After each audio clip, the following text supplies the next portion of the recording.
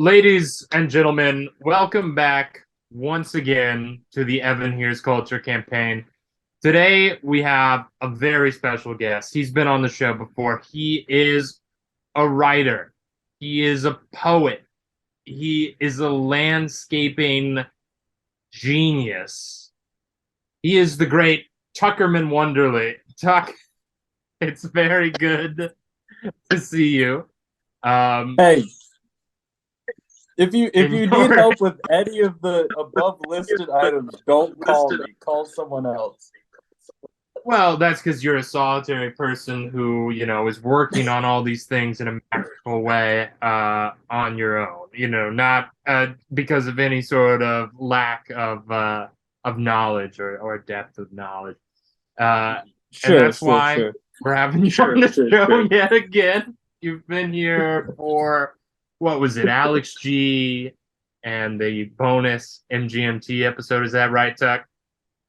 Oh yeah, the bonus. What is interesting is, I don't want to jump ahead too much, but whilst I was listening to the album that we are here to discuss, Me and Michael was the next recommended song that Apple Music thought I'd be interested in hearing. So I am here. I'm here for it. Yes, you're fully connected into the music scene. And speaking of the music scene and feeling a deep, deep and personal connection to music, past and present and future. We're talking today Absolutely. about Daft Punk's 2013, dare I say, magnum opus, Random Access Memories. And that's why we were rocking these helmets, much like DJ icons. They're incredibly hot, so I doubt they'll make it through the full episode. But we just thought we should pay a little tribute to two of the greatest to ever do it. So I will say that Random Access Memories is one of the very few albums that appears on the Pitchfork list that I've been going off of for the show that I had heard prior to starting this campaign. And not only had I heard it, I think it might have been, and might still be, that's the question we'll resolve, my favorite album of all time. So, lofty goals. Whoa! Woo! I Oh, guess, baby. I guess this is big Get news. warm in here. I guess should I get into some of the history talk of how I was Absolutely. acquainted with this album? Oh yeah, no, sorry. I would just say quickly that what's interesting about the whole premise of the Evan Here's Culture campaign is that you're, discovering these albums and expanding your cultural horizons. And for the past two times I've been on the show, it's very much the case where I've had some experience with the artist or album in the past, and you're coming into it new. But in fact, my good friend Evan, it was you who got me into listening to this album so fervently because of said Evan Here's Culture campaign.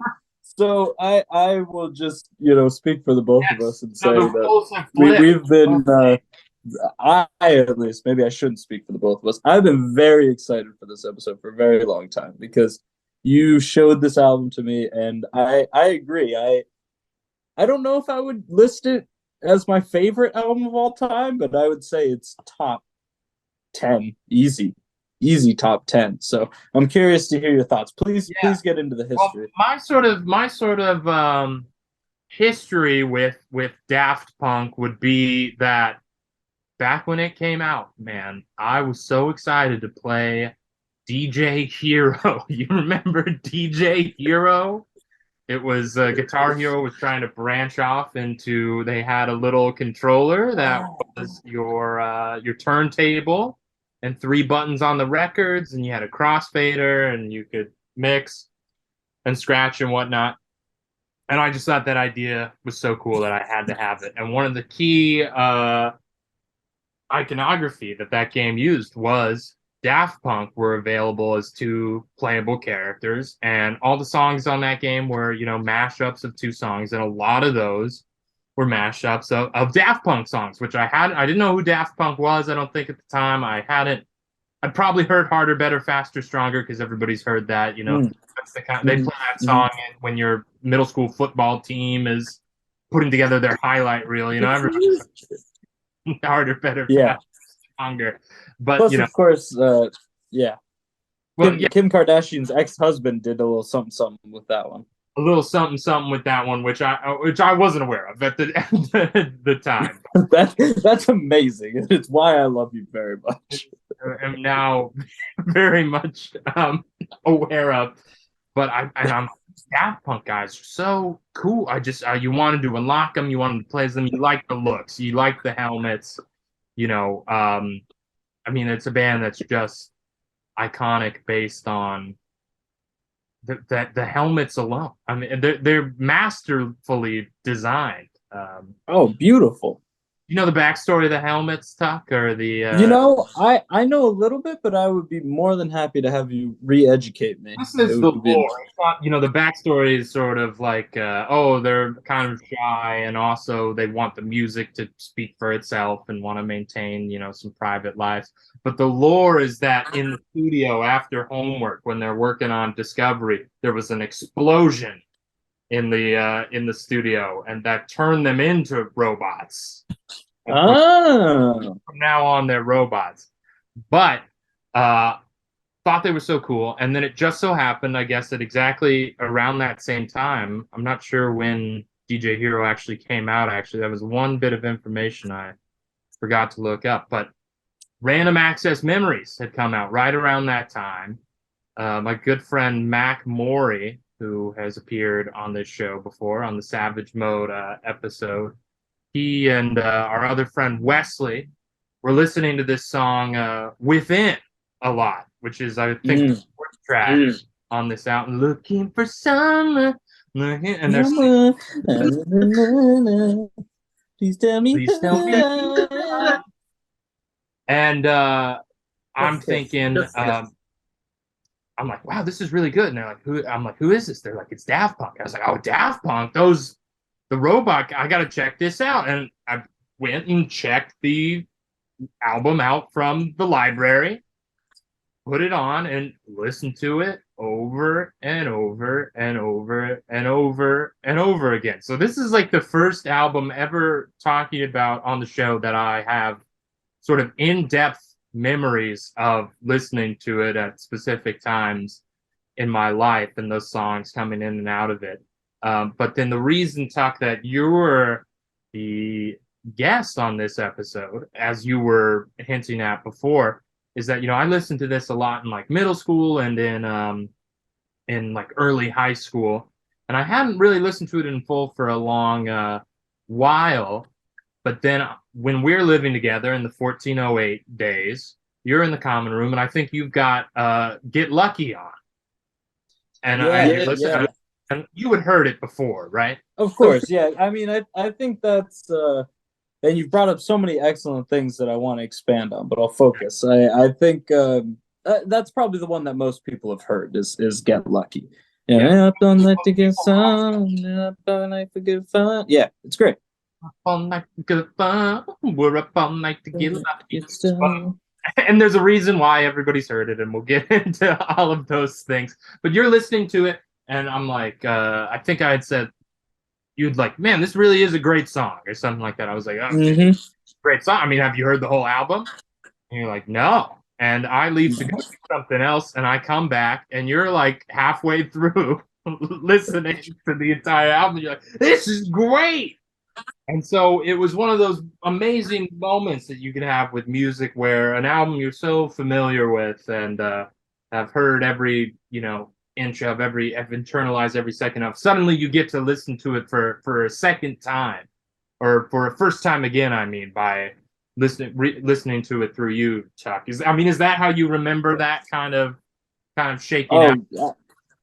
Yeah, 100%. I was hoping you wouldn't grill me on it because I'm not sure of the exact nuances, When was where it? you were When going, was it? where What I day was was it? going, things like that. Yeah, yeah. Those details have long since slipped out of this old motorcycle helmet. But it's exactly how I remember it in general. I was absolutely blown away because it's Daft Punk's kind of one of those groups that I think everybody's at least heard a song. Like it's not like something like Neutral Milk Hotel where you're gonna bring it up to someone, they're gonna be like, "What's that? I've never heard of them." I mean, maybe that's not the And best you start example, naming but their like with Daft Punk, they could go, "I've never heard of them," but then you start naming a few songs, and they're like, "No, never mind." exactly. Or Neutral. or maybe not even naming, but you go like, "Work it harder, make it better, do it fast," and everybody latches onto that. Like they're very iconic, and I think part of maybe you were hinting at this too, like done a number of incredible collaborations and features. There's a lot of great features on this album, and I think they're commercially known, but for their hits. So I had never done a deep dive into any of their albums before, and you got me into Random Access Memories, and then pretty quickly I was listening to like all of Homework on car rides, like all of Discovery on car rides, and just kind of Well, not letting just the that. music. I mean, you went a step further than I had even gone. In the early days of listening to this album, you were pulling up classic Marauder stuff immediately, Oh, the Marauder stuff. Woo! based on. I don't Woo! know if you had been a fan before listening to this or not. If you were. No, no, no. It was definitely based on that, third track on this album, Giorgio by Marauder. Um, no, I'd never heard of the Italian Godfather of Disco, which is just like one of those things that you need to know if you're a person who has similar Yeah, has interests and any interest desires. in electronic music or disco music. Yeah, And this you got album to know Giorgio. is not necessarily, you know, what you think of necessarily as electronic music, or at least Daft Punk's like definitive statement on electronic music, which has garnered some sort of criticism from people in recent years, but that's something we'll get into later. But essentially, yeah, Random Access Memories, Daft Punk's fourth studio album after, and then you can include, there's two live albums, one of which is the And great. a RAM 10th anniversary edition that I just found was just I am sorry if you were building up to No, that no, here. you're absolutely right. It's the 10th anniversary of this album is in May, right around the corner, and they're releasing the 10th anniversary edition with some behind the scenes stuff, which I'm excited to see on I think May 12th. So I'm everybody. very excited too. Apple Music at least already has two of the bonus tracks out, which I haven't listened to yet, but I was excited to see they were there. But excited, yeah, to know that is incoming. Which, yeah, so their fourth album, the two live ones, and then their Tron score, which Tron Legacy, which I just finished watching today, sucks. Terrible movie, Sucks? No. not good. Good music? The score was okay. I maybe if I listened to it in isolation, I'd like it a little bit more. But the fourth album, and sadly, their final album, because we Mm-hmm. didn't know that at all at the time, because they didn't officially announce that they were breaking up until 2021. But we've got Random Access Memories. I guess I'm rambling, but I'm placing it in its time period, which is essentially the vibe behind what you feel from this album is that they had spent so long pushing towards the future, Mm-hmm. homework, on discovery, Mm-hmm. sort of on human after all, which people kind of consider the weakest of the four, and I would have to agree, having I can't argue with that. That's just kind of a not fact. that there's not the bones of great potential on there that is Oh, of course, of course. captured in a live 2007, but they'd gotten almost tired of pushing towards the future and wanted with this one to look back to the past. Mm. So they set out to make their homage or their tribute to 70s, 80s rock, prog rock, disco, um, classic, rock sounds. And in doing so, kind of create a tribute to the entirety of music and the entirety of dance and why those things are such an integral part of the human experience. That which is what they basically do within this album, and to get that homage, they bring in a ton of collaborators, all working as the pieces of the puzzle to make this thing connect, and they churn out random access memories, which I think really the only way, because I'm very familiar with this album. I imagine you are at this point, is to go track to track. If that That sounds great. That sounds great. And I would mention, I think everything you're saying is completely on point, and a lot of what I think you're kind of talking about here is like a sense of like narrative or like through line, which is very important in this album for a number of reasons that I think we'll get into later. And I think kind of works throughout kind of the progression of Daft Punk. Not yes. to the same degree as a band, say like the Gorillas or Guar or something like that, but certainly more than say a Justin Timberlake or a Justin Bieber or a Justin other last name. Sure. I think what's fun about Daft Punk, what's fun about Random Access Memories is that they do a lot with story. Like you can kind of read into it. It kind of tells you some things about the story. There's a lot of narrative things that you can either enjoy and dive into, or just kind of step back from and let the music kind of take you where the music's taking you. But throughout that whole narrative progression and whatever level you interact with it, it's just freaking great music. Like it's just incredible songs to listen to, which I think is really the core there. But Yeah, I mean, and that's the I core of may why it's good album. It's just because it's banger after banger, and banger after banger. some of those are just they've got a great, even lyrically they've got a great chorus, and you can move along, or they're just mind expanding and you know exploring all sorts of interesting sounds, uh, Totally. or they're just these epics. There's a couple epics on here, I would say. Uh, 100%. Big swells, violins. Like you think it's all beeps and boops and synth music, but or a lot of these songs are kind of orchestral in nature, even if they weren't necessarily made with an orchestra. But there's a lot of I will also say I have no idea how they performed in these helmets. I might have to take mine yeah. off. I think it's probably I'm time to take the helmets off. They had all right. the Do a big reveal. change. Oh, Oh, I can actually hear now too. I was probably yeah, I can hear. I feel like I can talk. That's really nice.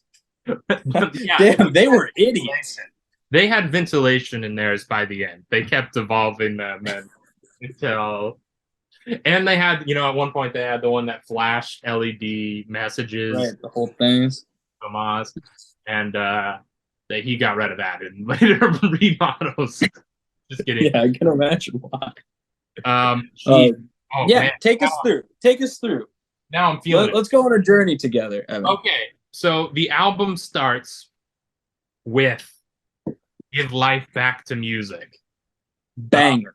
Banger right up top. Already we're setting up the theme, if you want to call it that, of the journey we're about to go on, of music sounds right, turn on the give life back to me. That's what they're asking you to do. Is you get so much out of music, now it's time to put something back into it, which is what Daft Punk is doing as a group, and which is what it makes you, the listener, want to do. And it comes in immediately with the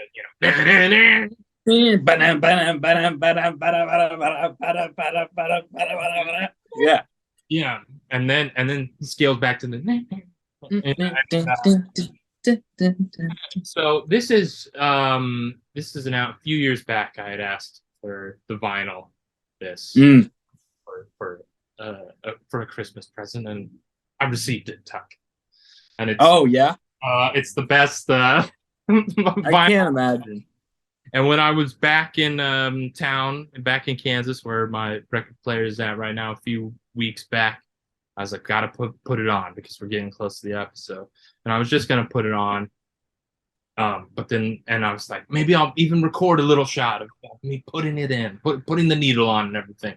And then the song came on, and I ended up just dancing for 5 minutes. So maybe I'll put some of that in there.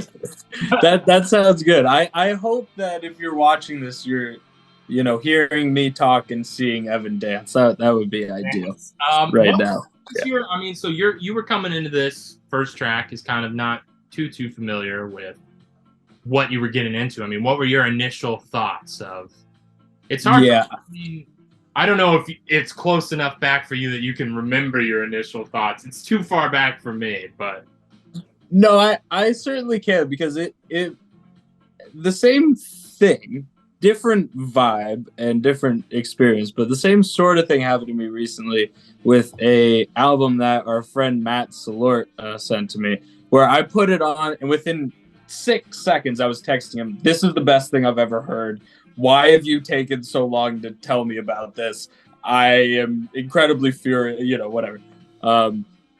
And he'll rightfully say that he told me about it, 3 or 4 months ago, but I blew it off, and then only after he pestered me did I actually listen. So clear the air there. But yeah, those first, ba-na-na, ba-na-na, that's like they're kicking the door down, and then it goes bum bum bum bum bum bum, and then you just kind of groove, and like that, like 1-2 punch, like boom, we're busting into your house, and we're here to just kind of groove it out and dance a little bit. We're gonna give the life back to music, and like I think that we've talked a little bit about the orchestral parts, talked a little bit about the overall dance nature of the album, and I think that like you couldn't do this if it was like a slow build. Like if the first song was like a slow build, like maybe it would be nice. You could talk about like the music is coming upon you. So nice. But no, it's like, bam, we're freaking here, baby. We're gonna give life back to music. We're gonna look to the past. We're gonna project out to the future and just like make this whole thing very full bodied. And I think you can't accomplish everything that the album accomplishes going forward if you don't start with that, like, with that, yeah, and already you're including, because the big thing about this album is Daft Punk known as being these like French house giants. Mm-hmm. Yeah. I mean, right off the heels of Kraftwerk and basically being the new sort of face of electronic music. And then when this album, they're using a lot more a lot of session musicians are coming in and playing stuff. Nile Rodgers, in particular, is coming in and playing guitar is playing guitar on this first track, and of course Get Lucky, and I think one other track or so. It's much less. There's a ton of synthesizers and everything, but it's less.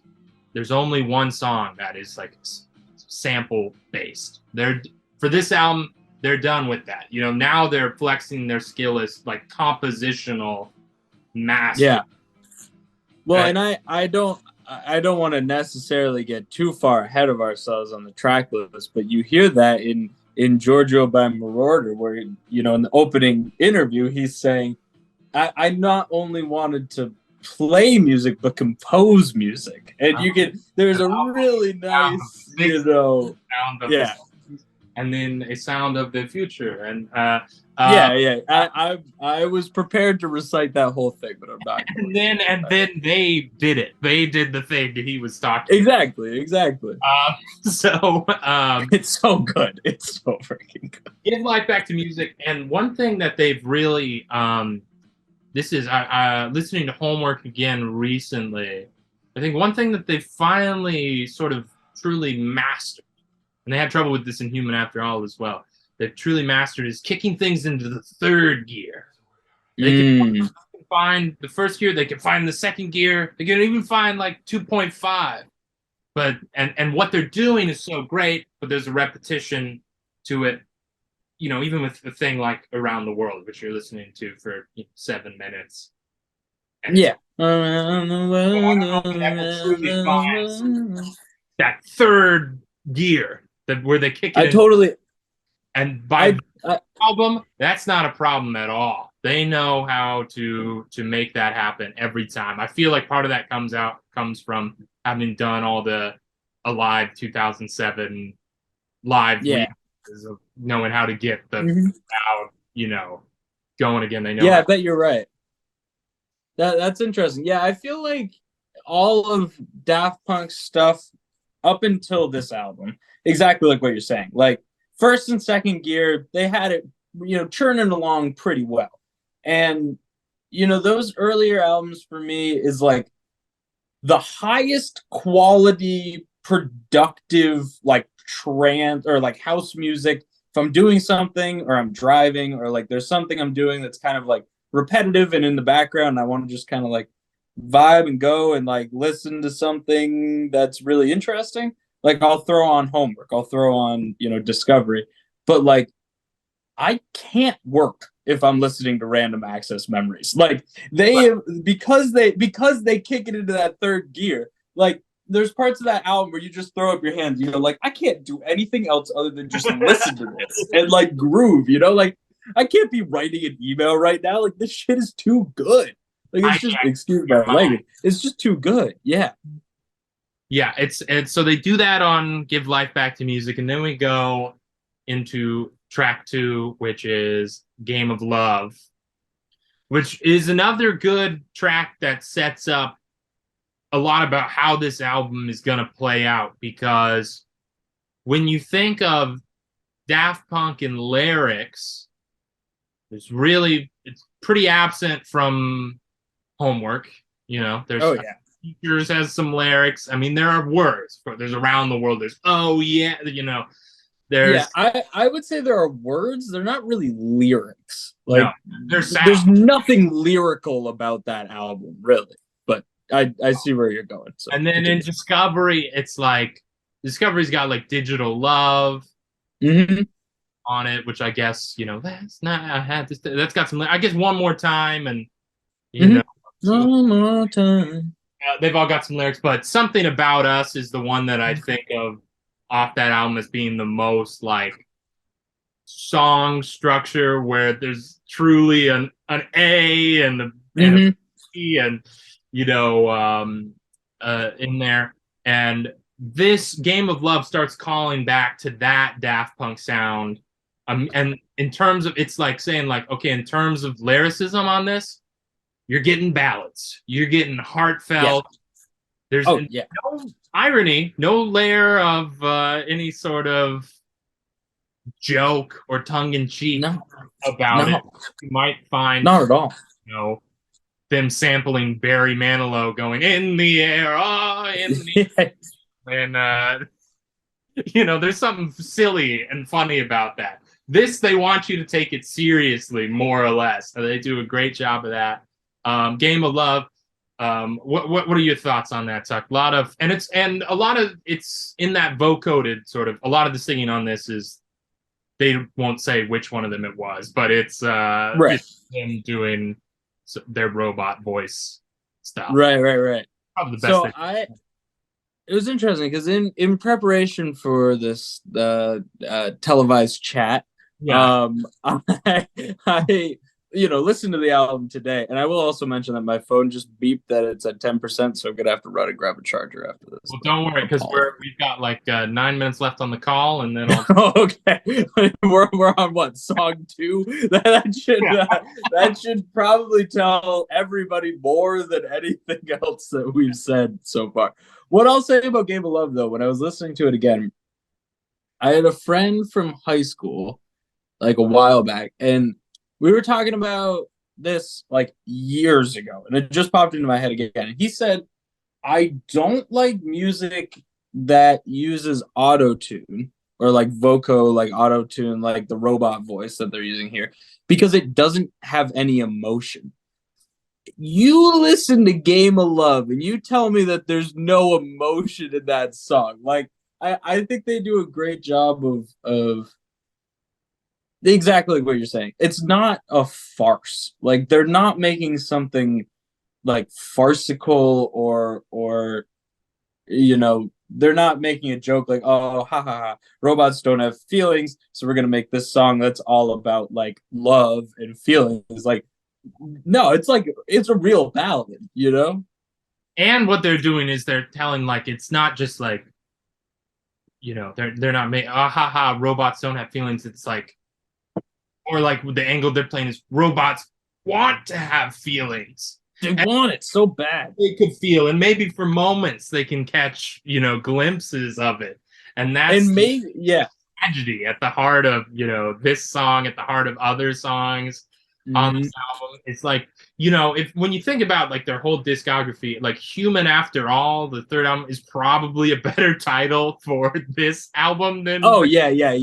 No, that they should have flipped them. Yeah. They didn't know what was ahead, but like after 3 albums of hard electronic robot voice, like there's a humanity deep Exactly. starts coming across on Game of Love, and and it was you the one breaking my heart when you really, as you said, give life back to music. You got to start on that absolute, and then they scale it back. But in the first, they scale it back. And they scale it back because they're about to give you one of the greatest songs I think ever assembled, Giorgio by Marauder. And yeah, I don't know if you want to do my a zoo. Time hearing this. What? No. You do your take. I'll do my take. Well, I'll just say the first time hearing this, I had no idea who Marauder was. Same, yeah. Didn't really make a connection to understanding about all the collaborators that appear on this album. In my mind, it's all just Daft Punk because I didn't really, I saw that title. This guy saying he's Giovanni Giorgio. I was like, okay, one of the members of Daft, but he's talking about being from the 60s and the 70s. It's like these guys can't be that old, right? I don't know. I I didn't really understand the whole thing, but I loved it. Every word he says leading into this continues what we've been doing of Give Life Back to Music, is looking at the history. As we were even reciting earlier, he wanted to make an album with the sound of the 50s, the sound of the 50s, the 60s, the 70s. He click up to the 24 track, but he had no idea about that, which was synced to the Moog module. Or modular, and he didn't realize what the impact would be. Didn't realize what the impact with every word. All of modern music is the impact. It's literally everything that anyone listens to that has come out like since then, or obviously take that with a grain of salt, but it is rooted in exactly what he's talking about on that.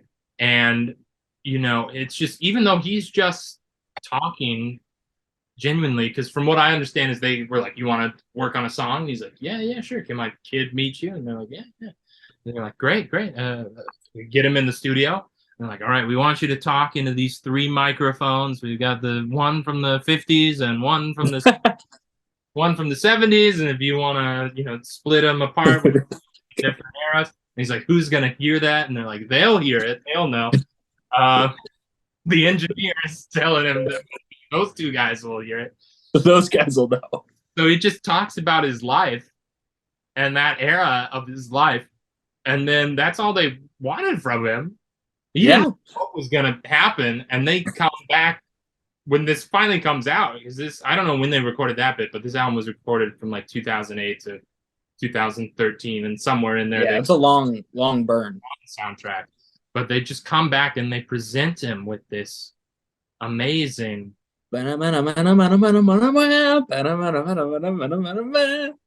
I Oh, had it's so I fun. had to take some notes on this one just to remember how all the sections of it, because essentially what it is for people who are so foolish enough that they haven't gone and already put it on. Yeah.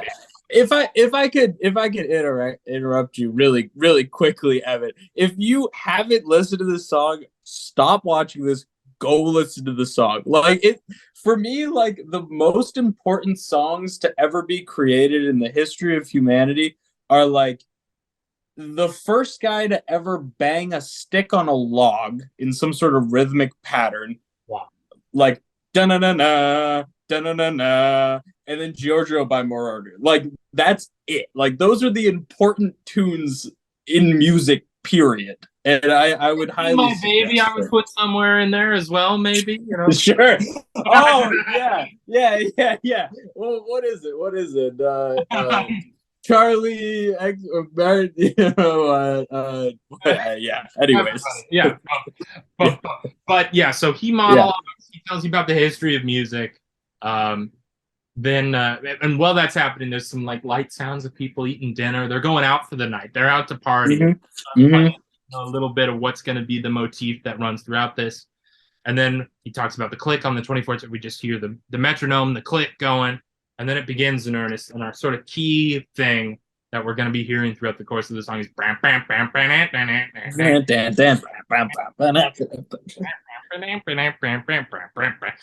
and isn't that going to get boring? And the answer is no. No, You're going to get 9 no. minutes. You got yeah. And there's nothing boring about it. It couldn't be further from boring. I've listened to this song literally. I've listened to this song when I was driving in eastern Colorado, looking at the Rocky Mountains with the sun setting and like going like 80 miles an hour, and the song was blaring, and I was feeling like $1,000,000 on top of the world. And I've listened to the song in the shower 35 minutes ago, and both of those experiences were incredible. Like it just the music is on another level, I would say, in this particular track for sure. So we got so that it starts in it, and then we've got a big keyboard solo section. This is what keeps it fresh. Is they're taking Yes. new elements in. We've got this big, and then we return to some monologue. He finishes telling us about once you free your mind of harmony and of music being Right.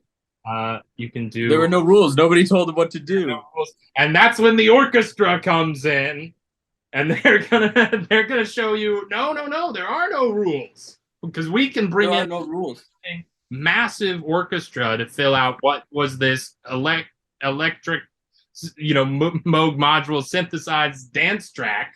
No. There's an orchestra that can appear. From what I understand, the inclusion of the orchestra was very much a result of them having done the Tron Legacy soundtrack and becoming more familiar with working with orchestras because of that, and That I did not know. that becoming an idea they wanted to explore. I know Thomas has got a new album out that I think is, I haven't listened to it yet, but I think is like all orchestral stuff. It's a So, full. it was It's a full. I gave it a like half listen.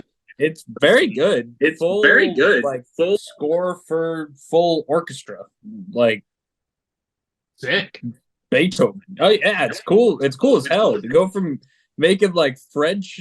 Well, I guess it's just house music to them. It's not French house music. It's French house music to us. But to go from that to be like, no, yeah.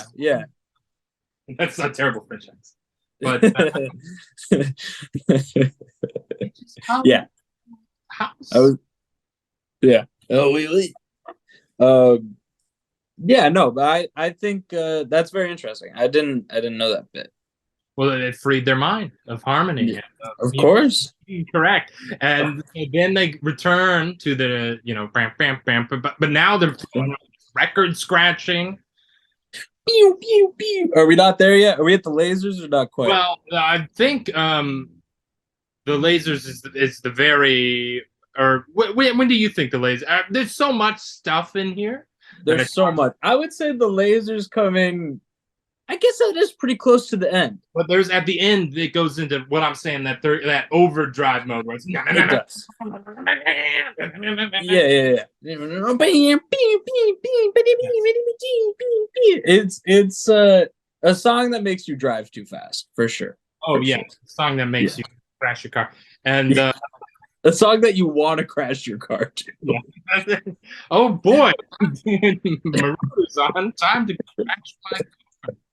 I see a series of S curves up ahead. I used to sleep in the car, you know. Yeah. Oh, of Go to the course. discotheques, play three, They four. didn't want to drive back and forth.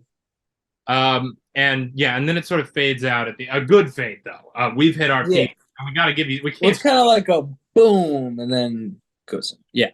It's the aftermath of the explosion, essentially. That Right. Like Kim Kardashian's ex-husband said, no fade outs. You know what I'm saying? exactly.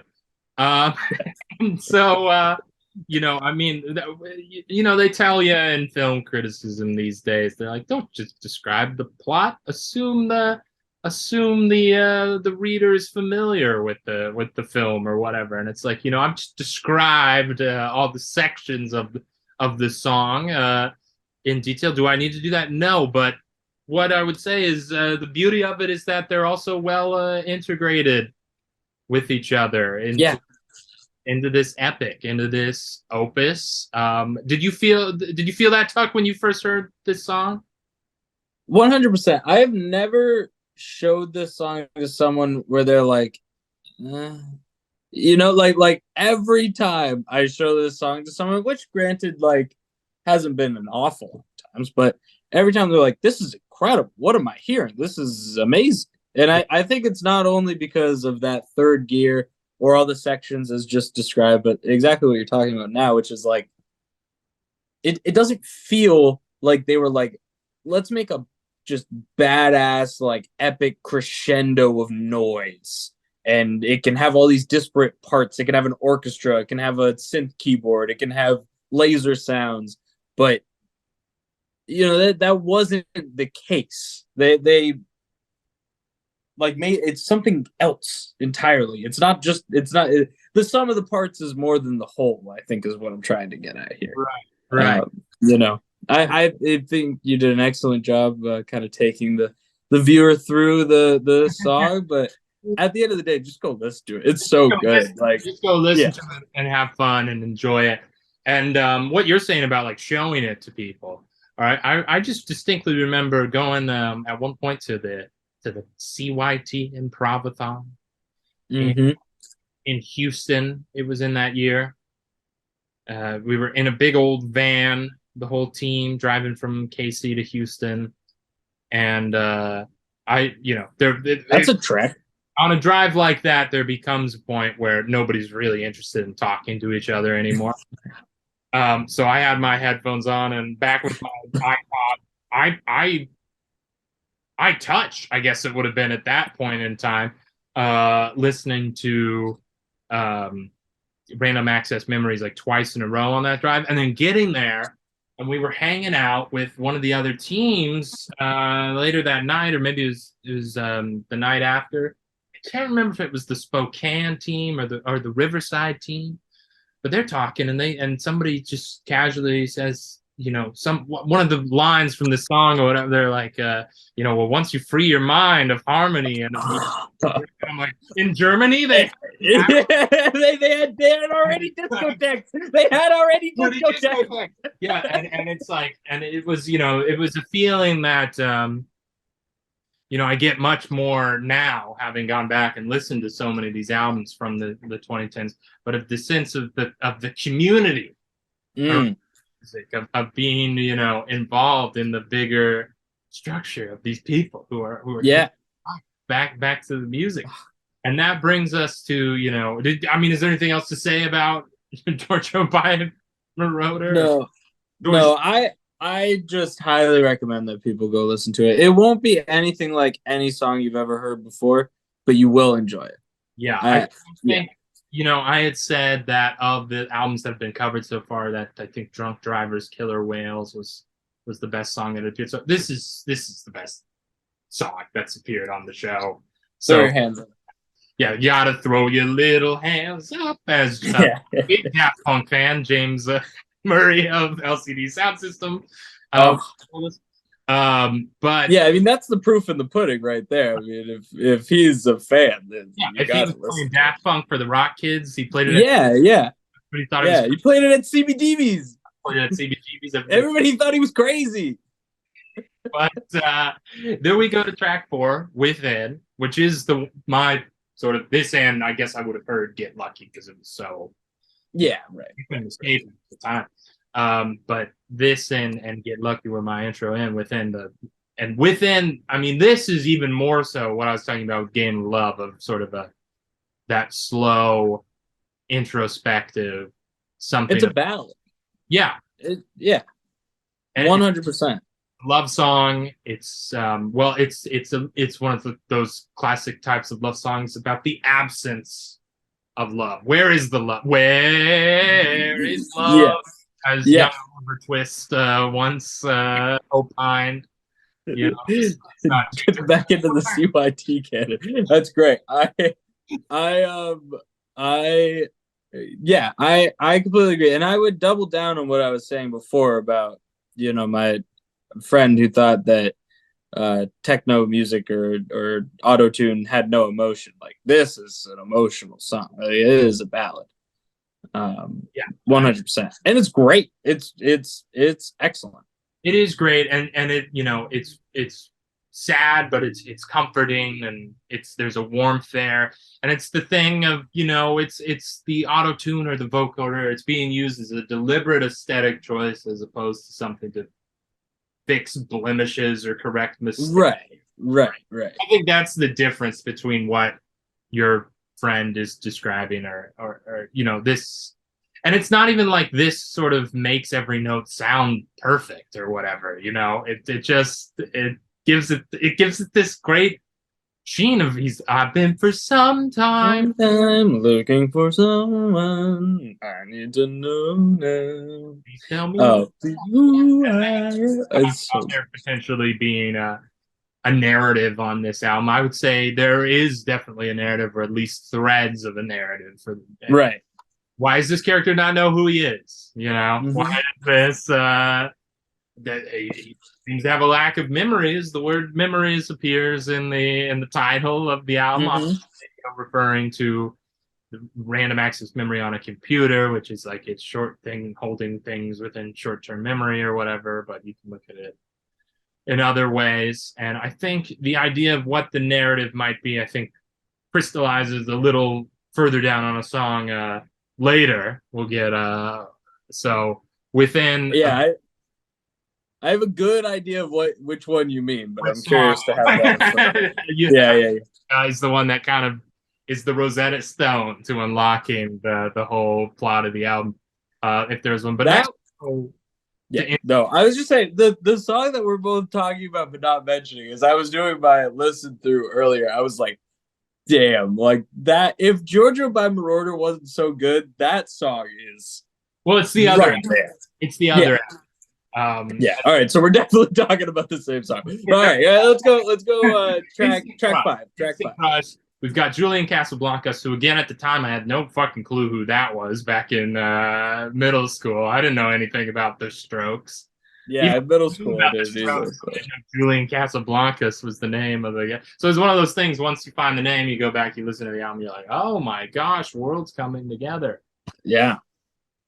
I like the visual because what I've seen Julian Casablancas perform twice live, and the first time was with his other, not the Strokes, but with the Voids, his other band, the Voids. I don't know if you've heard any of their music, but I'm friends with Ben Zeiper, who's been on the show before, so I've had to hear some Voids in my life. The Voids, yeah. Sure. So I saw the Voids at I don't know, it was Gov Ball or Boston Calling or something like that. And he just looked so pissed. He did not want to be there. Like the second that the final song, he was done singing the final song, he just like put the microphone back and walked off the stage and let the band finish the rest of the track. And then they like waved and like took applause, and like he never came back out. Like he just left. He was done. He was over. Like And I just imagine it's amazing to imagine that personality like in France with Daft Punk, like creating this song. It's a Forever, true joy. looking into the behind the scenes of this, it was like, and I'm sure we'll get even more of this maybe in this 10th anniversary that's coming out. Yeah, there's at least one track that's like the making of. I think it might be that song that we were just talking about. But they were in like 5 different studios, some in France, some many in Los Angeles. Oh, interesting. Spent over. I don't know how much it normally is to make a record, but I know this was over the $1 million. It sounds like it. It sounds like $1 million. Yeah. Every dollar leaking out of the bank account or because they self-financed it, I guess, and then so they didn't have to worry about it being done and under Yeah. or Perfect calls all the way through with it. Yeah. Yeah. Instant crush. So Julian Casablancas, I mean, he gives a great vocal performance on this. This is what That's great.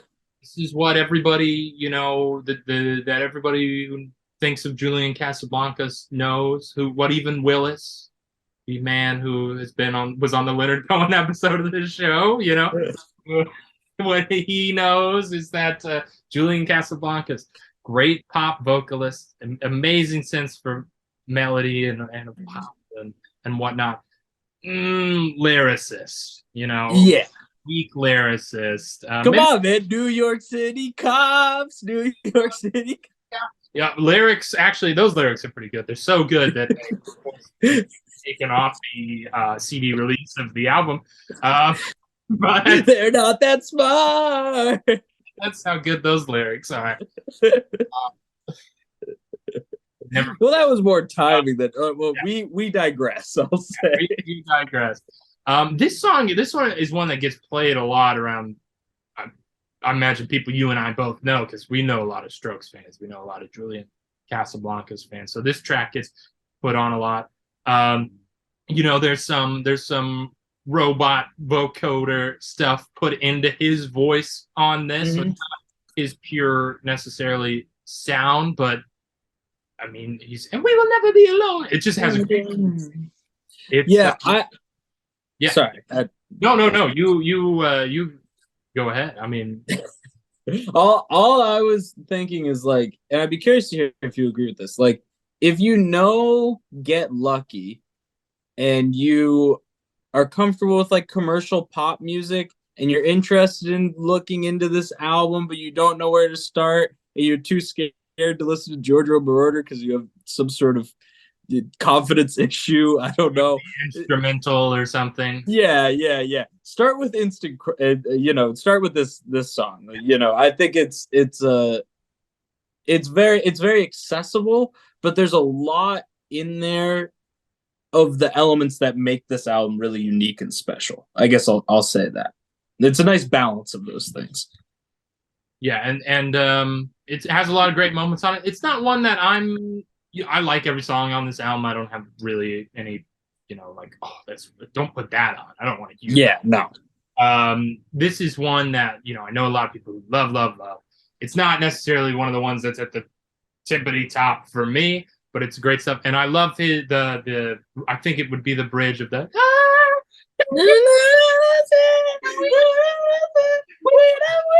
the lyrics are, I can't, the impressions are not good. No. Don't listen to us. Listen to the song. Listen to the actual song. It's a really good idea. Instant Crush, really good song. And then that moves us on to Lose Yourself to Dance. This is Pharrell's. Come on.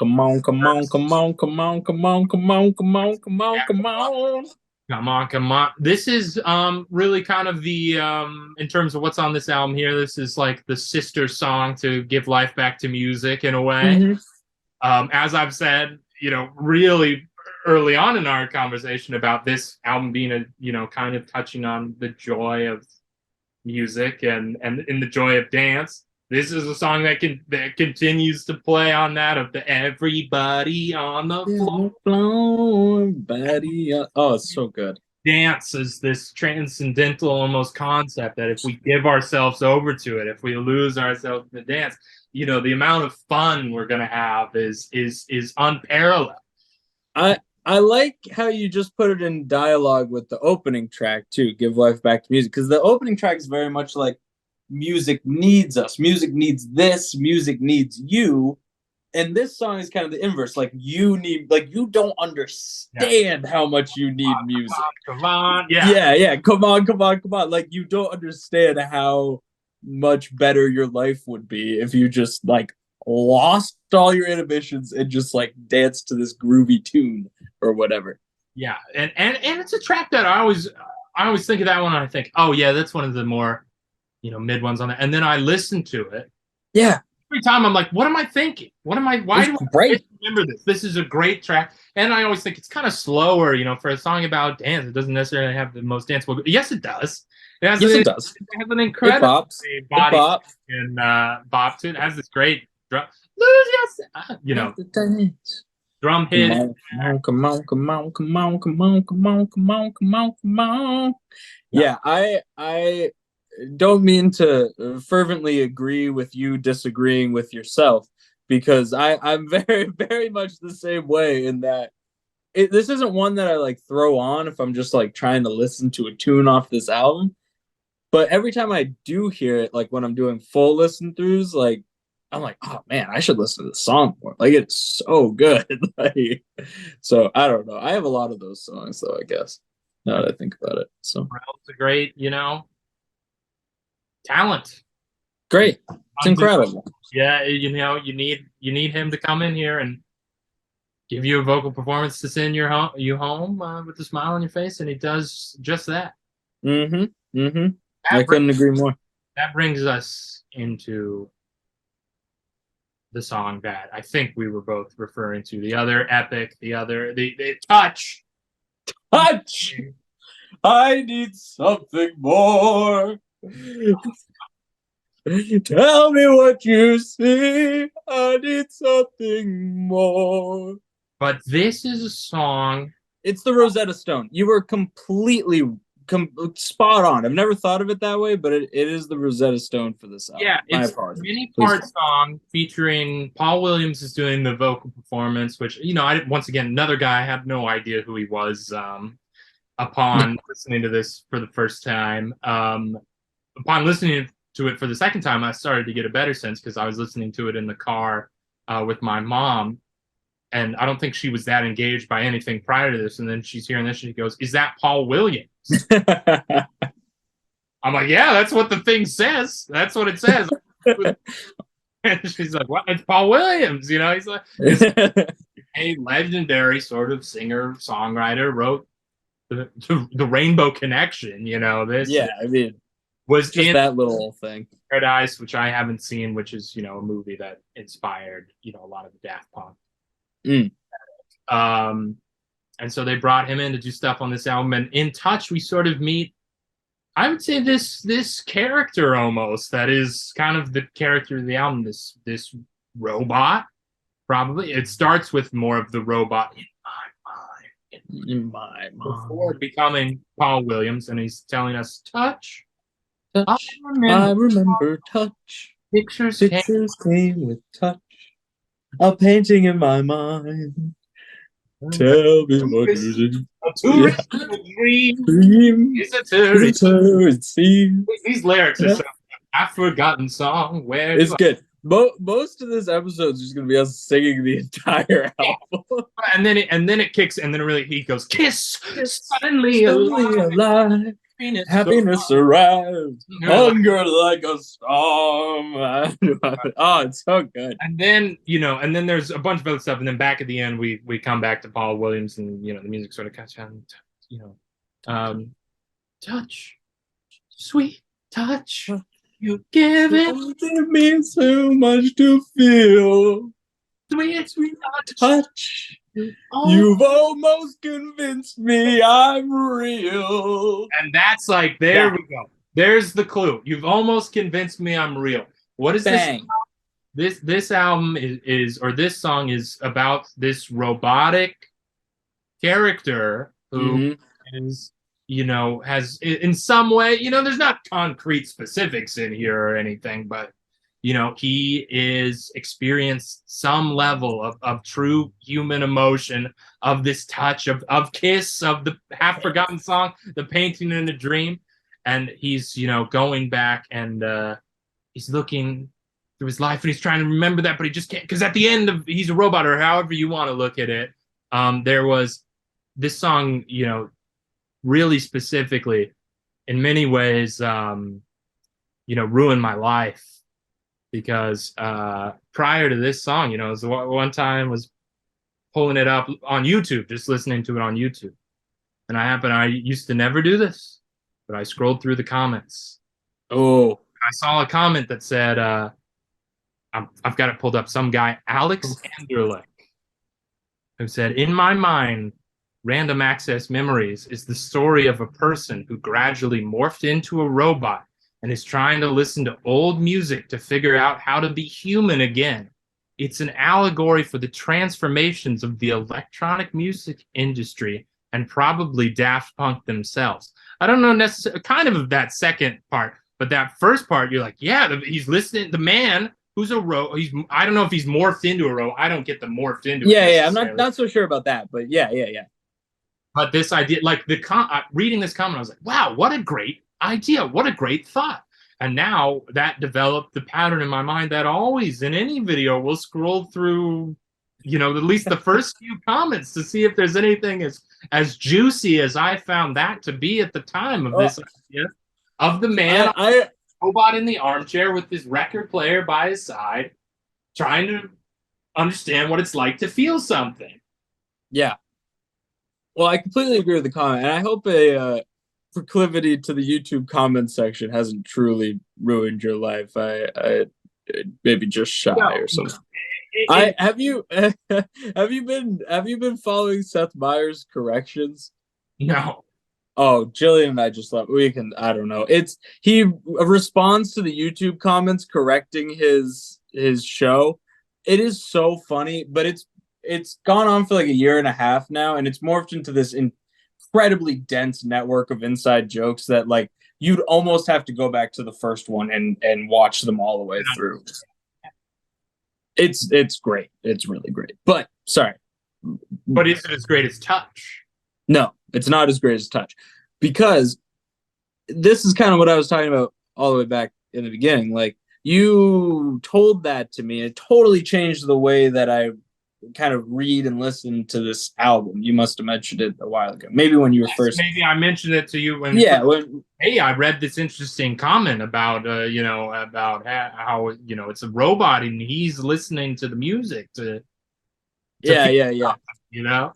And you can look at that. Like, why not? I mean, they give you just enough to believe that maybe this character and the speaker of Within and Game of Love, why shouldn't they all be the same person? Why shouldn't they all be the same? And then, if you're a person who's studied literature like I did for some ungodly, unknown reason, you can read into a lot of the other songs and try to pull this together into like a pseudo concept album, but they make you do the work. Like, they're not like, this is the concept, these are the things.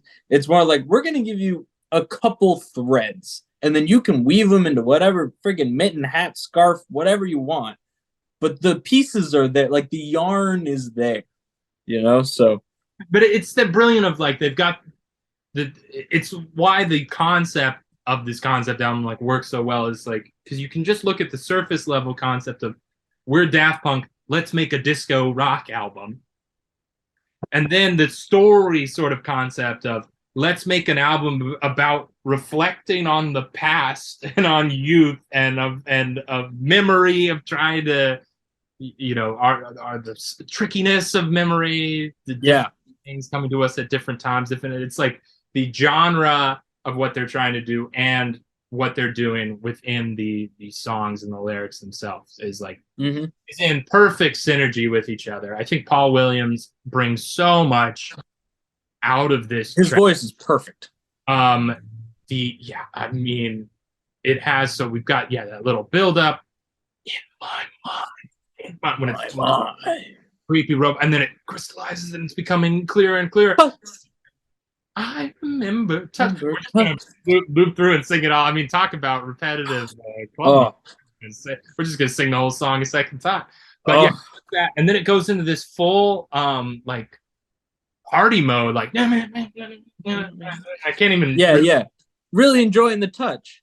And then the chorus, this choral element comes in of all these singers telling you if love is the answer, you're home. Hold, hold on, if love is the answer you hold. And I Oh, thought for a long time if they were saying if love is the answer, you're on. Like as in like if love is the answer you've decided is probably the answer, then hold on because you're right. You've you're got it. right. You got it. And I, but I, if love is the answer, you're home works just as well. yeah, Uh, yeah. No, 100%.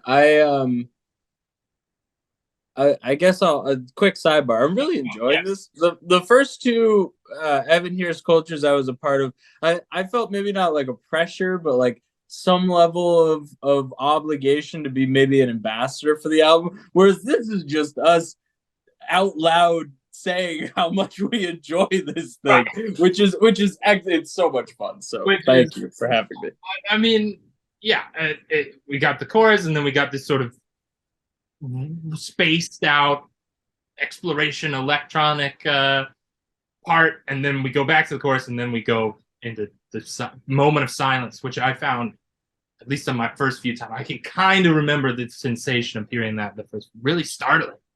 You know, Yeah, this have like this character feels if they've gone too far into the memory hole, and then they come back to the reality of of I'm here, I'm all alone.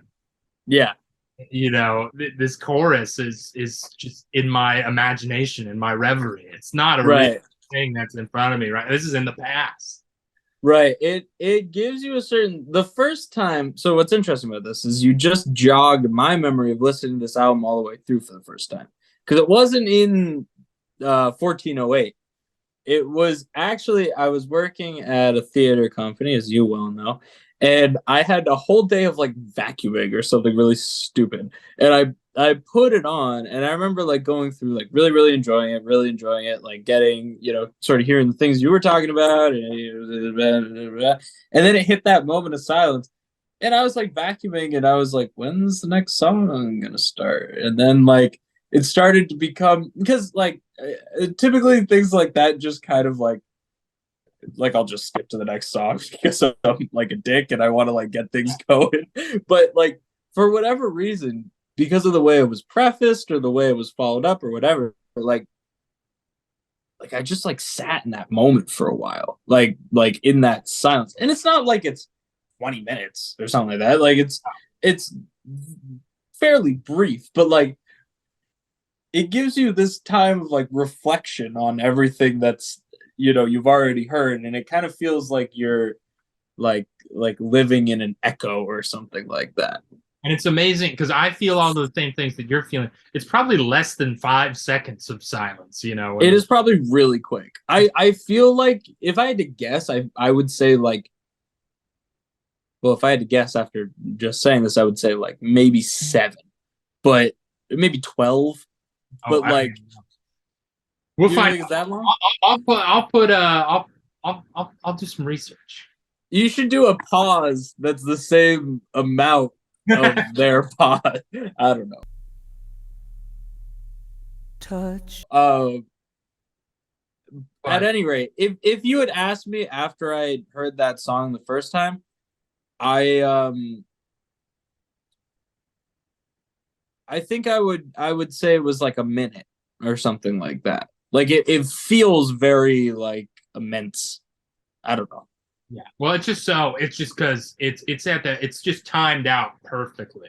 Yeah. Where the song has concluded, but it's just a little bit, interrupting it. It's not. Yeah. It's like there's an end, but it's just been sort of cut off, and then we get the true end. And so it's like this song is such an emotional storytelling journey that it and I would say Marauder are in, neck and neck competition for which one's my favorite on this album. It's probably, Totally agree. but it's like they're both fantastic. Totally agree. I think the narrative and kind of like emotional qualities of Touch are far superior, but the music of Marauder is far superior, and that pushes it a little bit ahead for me. Marauder. Yeah, I think you're absolutely right. Is that the music is superior on. Yeah. Yeah, the So music journey on Marauder is superior, but the narrative journey on Touch is completely agree.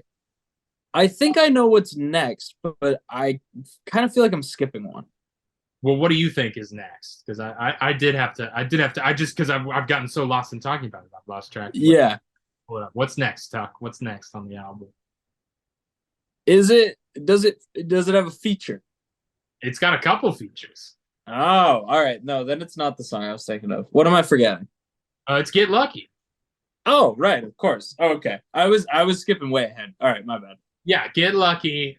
This is undeniable that basically if you lived in 2013, 2014, 2015, 2016, 2016, 2017.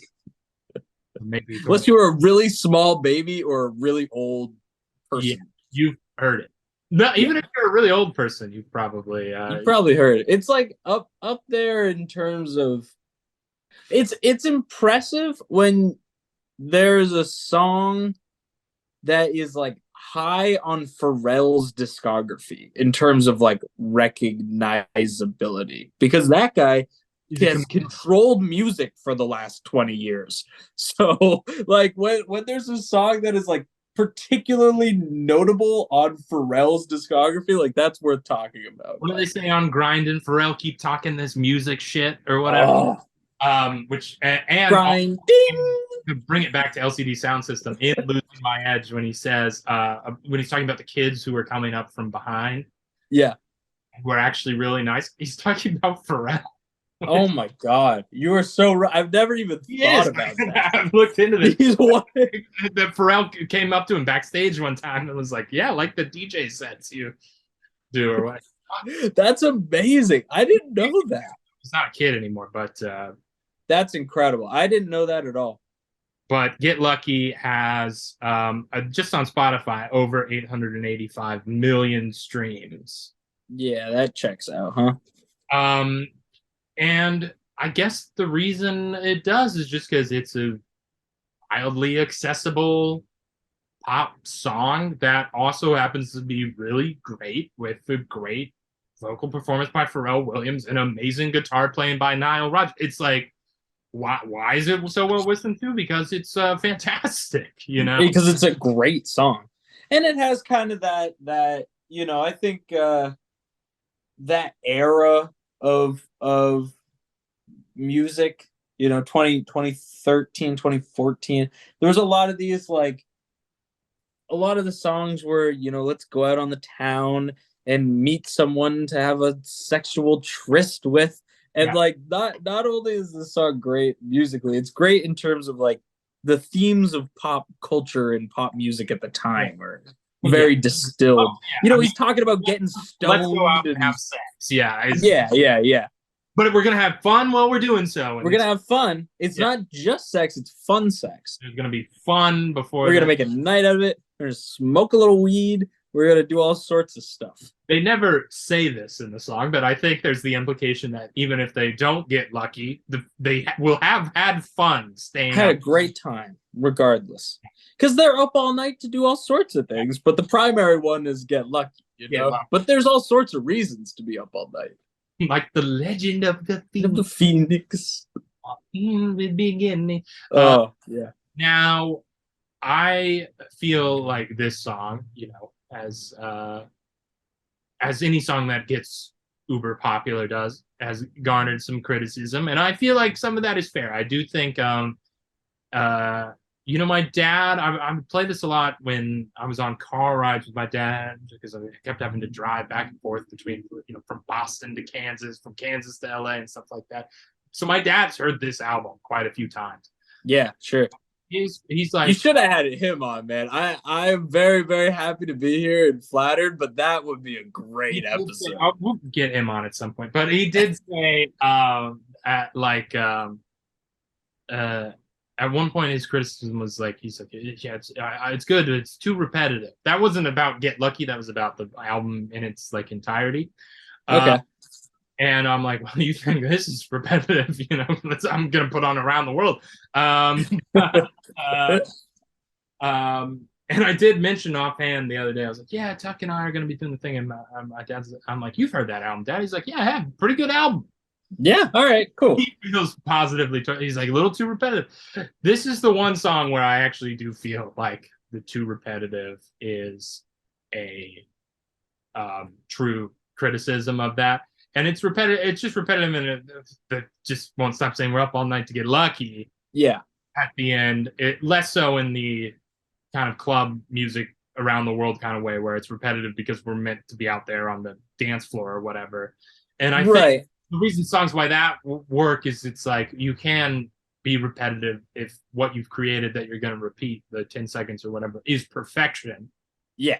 Then Is literally incredible. Yeah, this is a it's a pop song. It's like a full-blooded pop song. I think the repetition is not a problem at all if you're at like your eighth grade semi-formal, and everybody's like in the gym and everyone's a little sweaty and like things kind of just smell like feet and you're just like kind of grooving along and drinking some punch.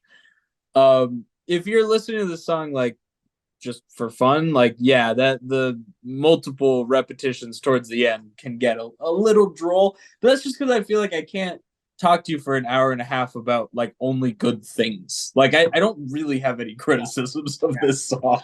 I think what could improve Get Lucky, what could help cut through some of that repetitiveness that people report, hearing, and some of the repetitiveness is baked in the track. Some of it is just, it's overplayed. We hear it so much. We hear it more than anything Right, else. right.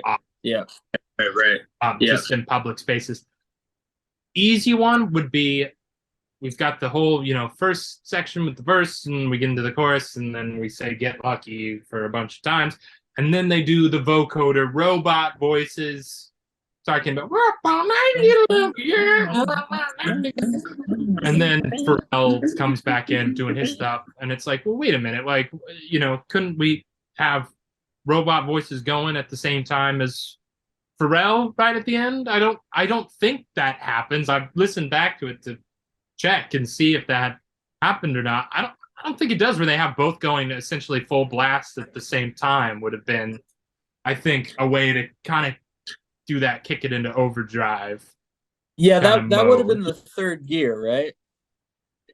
To me, I mean, that would have been, it's the same thing, kind of thing that they do on a live 2007, where it's just like, all right, we'll just throw two things that are great together and see if something awesome happens.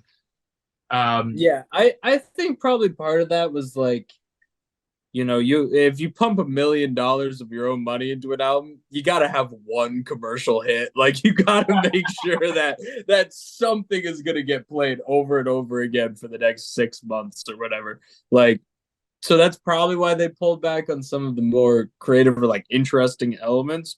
But I agree with you. I think that would have helped a lot, and probably would have still made it like commercially viable. Like, I can't imagine that's gonna make people be like, "Whoa, you got Pharrell and vocoder at the same time." Like, I can't put that on my radio show. Like, that, I think that would have still been in bounds.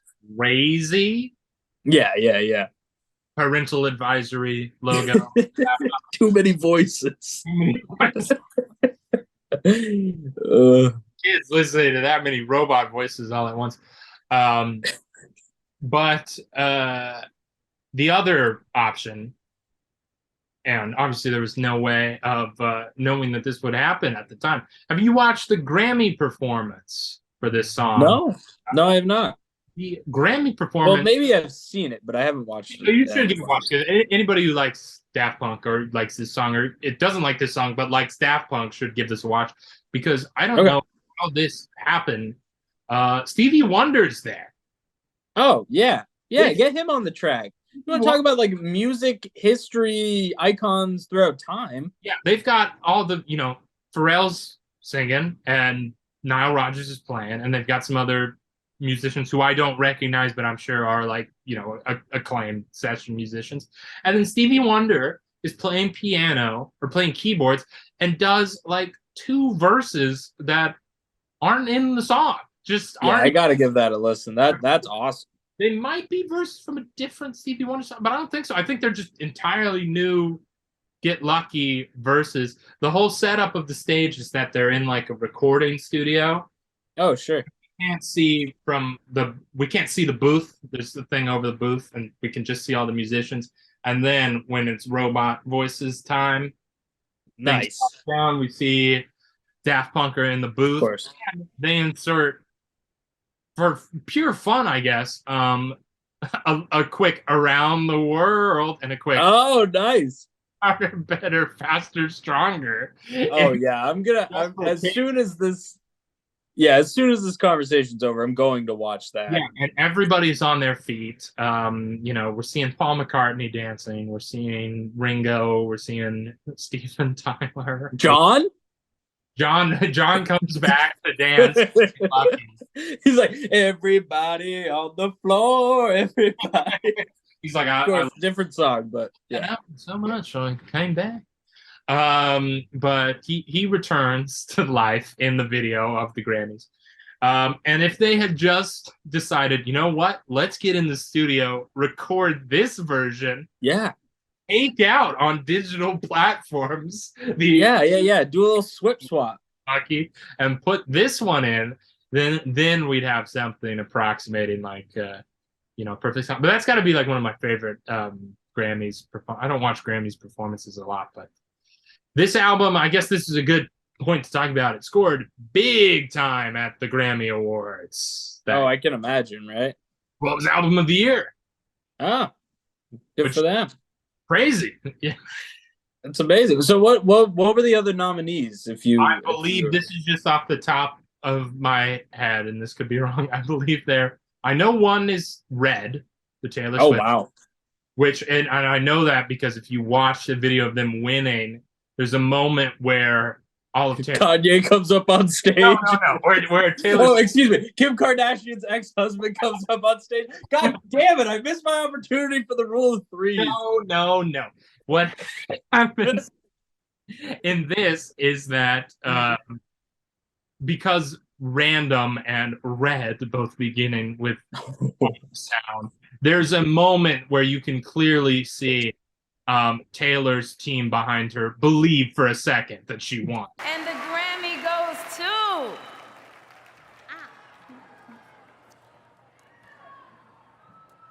Random Access Memories, Daft Punk. Random Access Memories, Daft. Random Access Memories, Daft. And then stop and go. How could they believe? Did they listen to Random Access Memories? That's up for it. I think Macklemore and Ryan Lewis is the ice. Good. No snubs yet. Good Kid, Mad City. Okay, Good Kid, Mad City is up there. A challenger. I know you're well. I haven't heard it yet in full, but I can believe just knowing what I know of it and what I have heard of it. Totally good. It's a challenger. And then Sarah, however you say her name, Borealis, you know who I'm talking about. The Blessed. I know what you're talking about. I don't know her music that much. Those are the nominees. This one, I think that's part of the reason why there's been some pushback against this album from the cool house head Daft Punk fans. Are like, oh, they made an album so commercial, it won the album of the year. No, they made an album so good. So good. It's just good. Everything. Like you still can listen to Homework. It's not like they took that off of know Spotify or whatever. Like yeah, it's just in one big Get Lucky won best duo group performance and record of the year or song of the year. That's great. Those distinctions are. And if they had just done that Grammy performance version of it, that would have been that's the ideal version of the song in my mind. I'm gonna have to go listen to it. It sounds like it would be the ideal version of the song. Then I will confirm. Beyond, the backstretch of the album, Beyond, um, which if you do you remember how Beyond starts, Tuck? Yeah, I just listened to the whole thing through. The tail end, I was in the shower, so I was But it comes in with that big orchestral. oh yeah.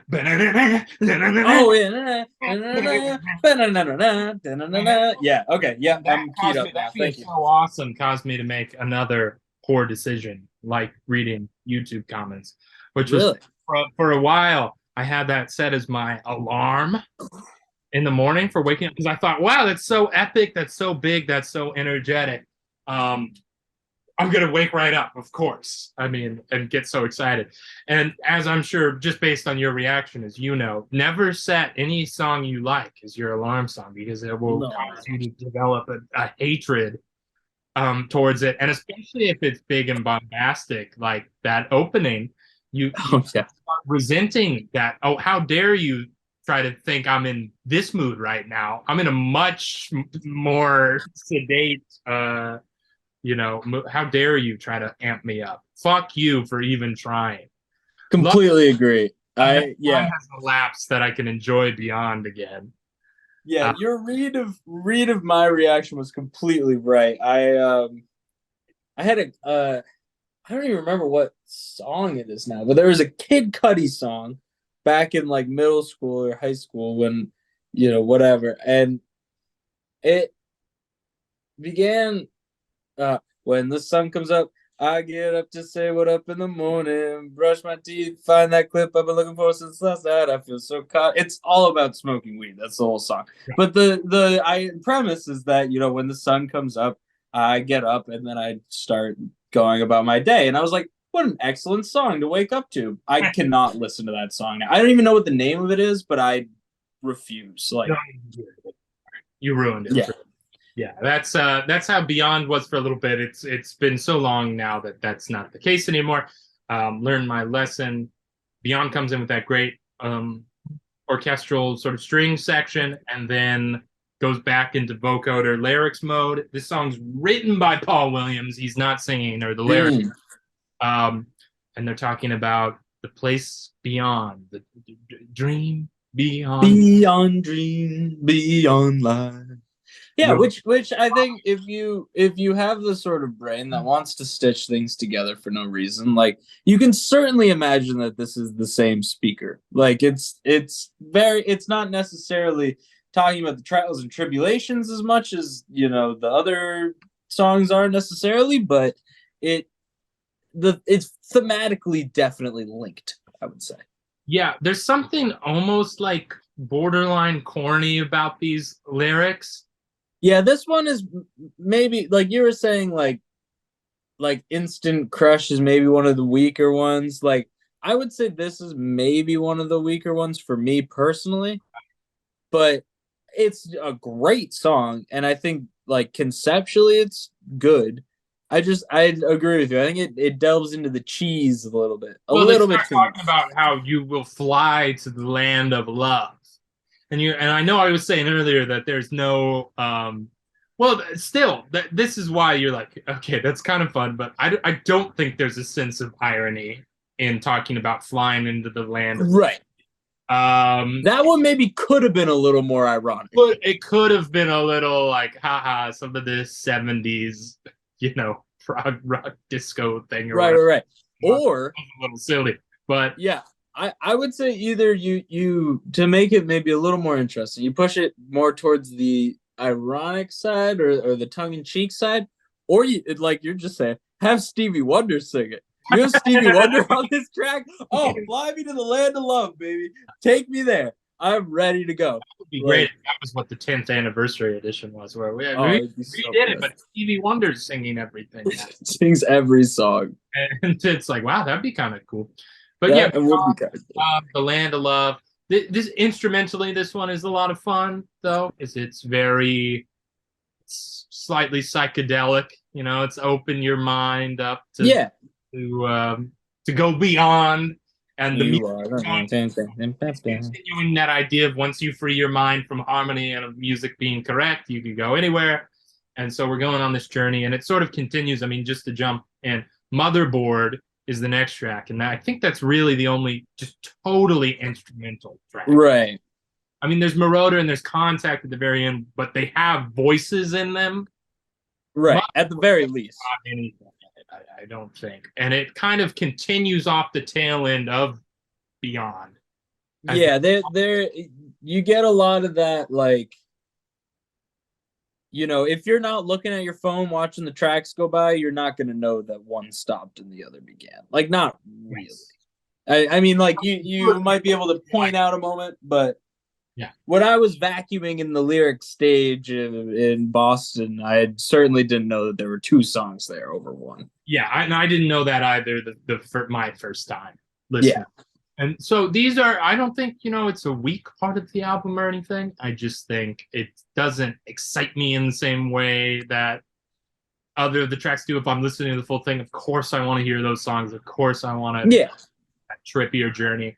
There's ambient recordings of water in this, which I've shat on many times in the show previous to this, but it's used appropriately. So I can't get mad at the water sounds on this. Sure. I was looking, this is another reason why this is costing $1 million, is because it's like they got a whole sound stage just to record the noise of the water falling. These guys are crazy. Like, I can just house. Yeah. Turn on a faucet. Yeah. Like, perfect sound of the water falling. Crazy. But yeah, get a cup, turn on a faucet.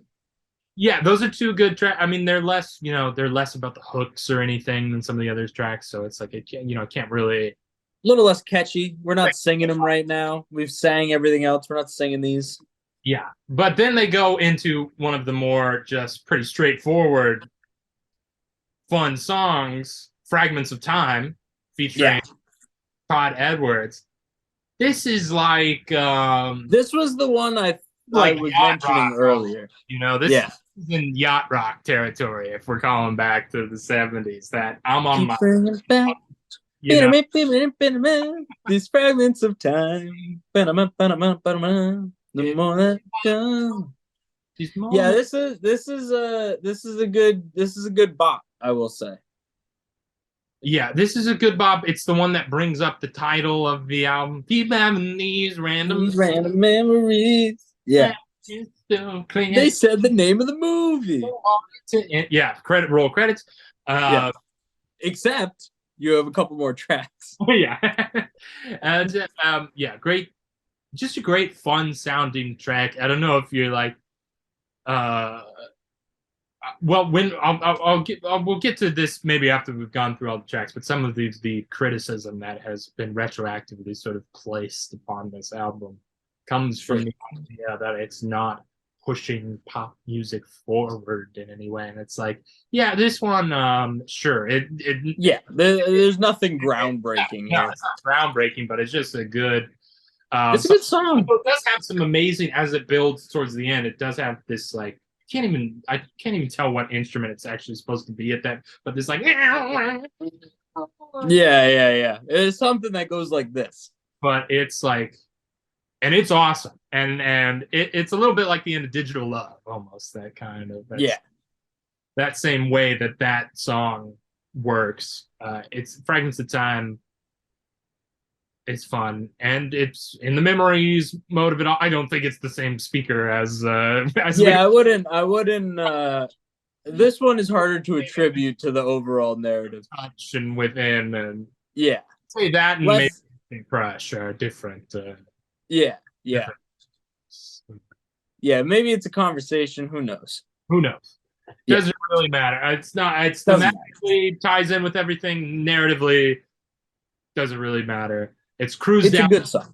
It's a cruise down the Pacific, the PCH, the Pacific Coast Highway, in a time where there's no traffic, with your convertible open to the song. You got a like little fruit smoothie going or something like that. In the passenger seat. Yeah. Dog. Floppy ear beagle, ears are going like this in the wind. It's got the aviators on. You put the aviators on the beagle because you're a quirky guy. Yeah, it's yuppie music. It's yuppie. Yeah. You gotta. Well, actually, damn, I almost pulled something out, but I forgot to look it up. What's the name of the thing that Fred from Scooby Doo wears around? Ascot. Ascot. Yeah, thank you. I was calling it an Afghan the other day, and I was like, no, it's a blanket. No, different. Yeah, different. Yeah, you Ascot wearing kind of music for sure. Yeah, And rock for sure. I like it. But it's good. This brings us to our last track with vocals in it. A track that has come up before on the Evan Here's Culture campaign when we talked about his own album. It is Doing It Right, featuring Doing it right. And the Bear. Everybody come in and tell them they're doing it right. Own And the Bear. Noah Lennox, the only member of Animal Collective who seemed to have a remotely, good solo discography. Tough. I love this. Yeah.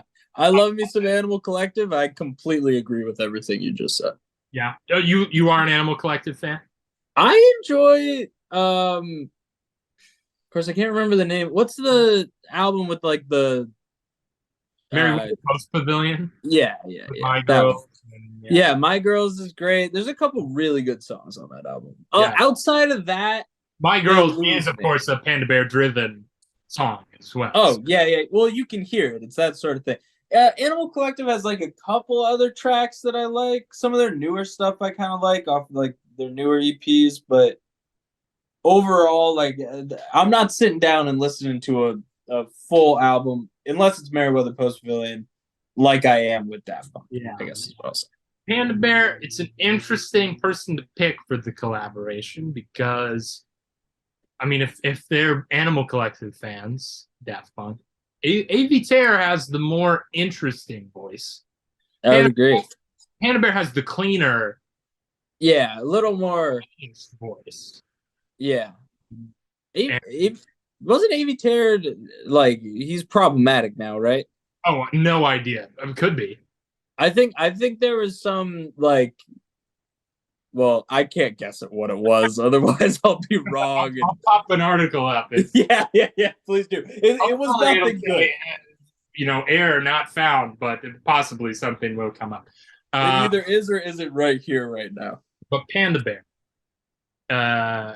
Doing It Right. Okay, this is a track I have conflicted feelings about, Tuck. Oh, see, that's interesting because this was the one that kind of hooked me on listening to the full album.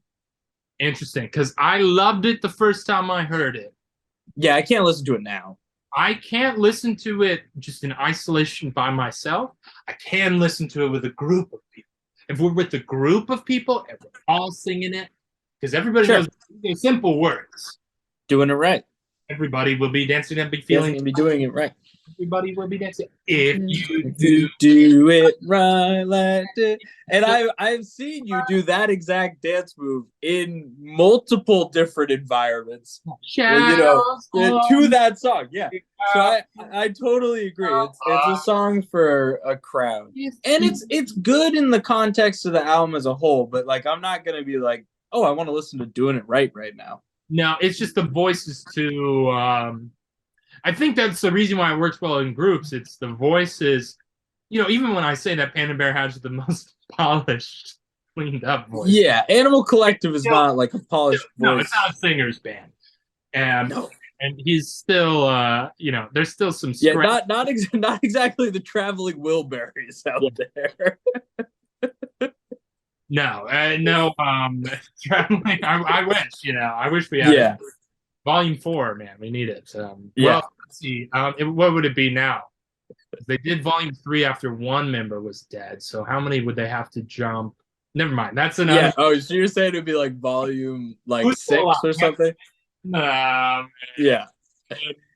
They could do something. It's basically a solo album with a couple features at this point. Giflin's still alive, right? Yeah. So just Lynn producing a Bob Dylan album.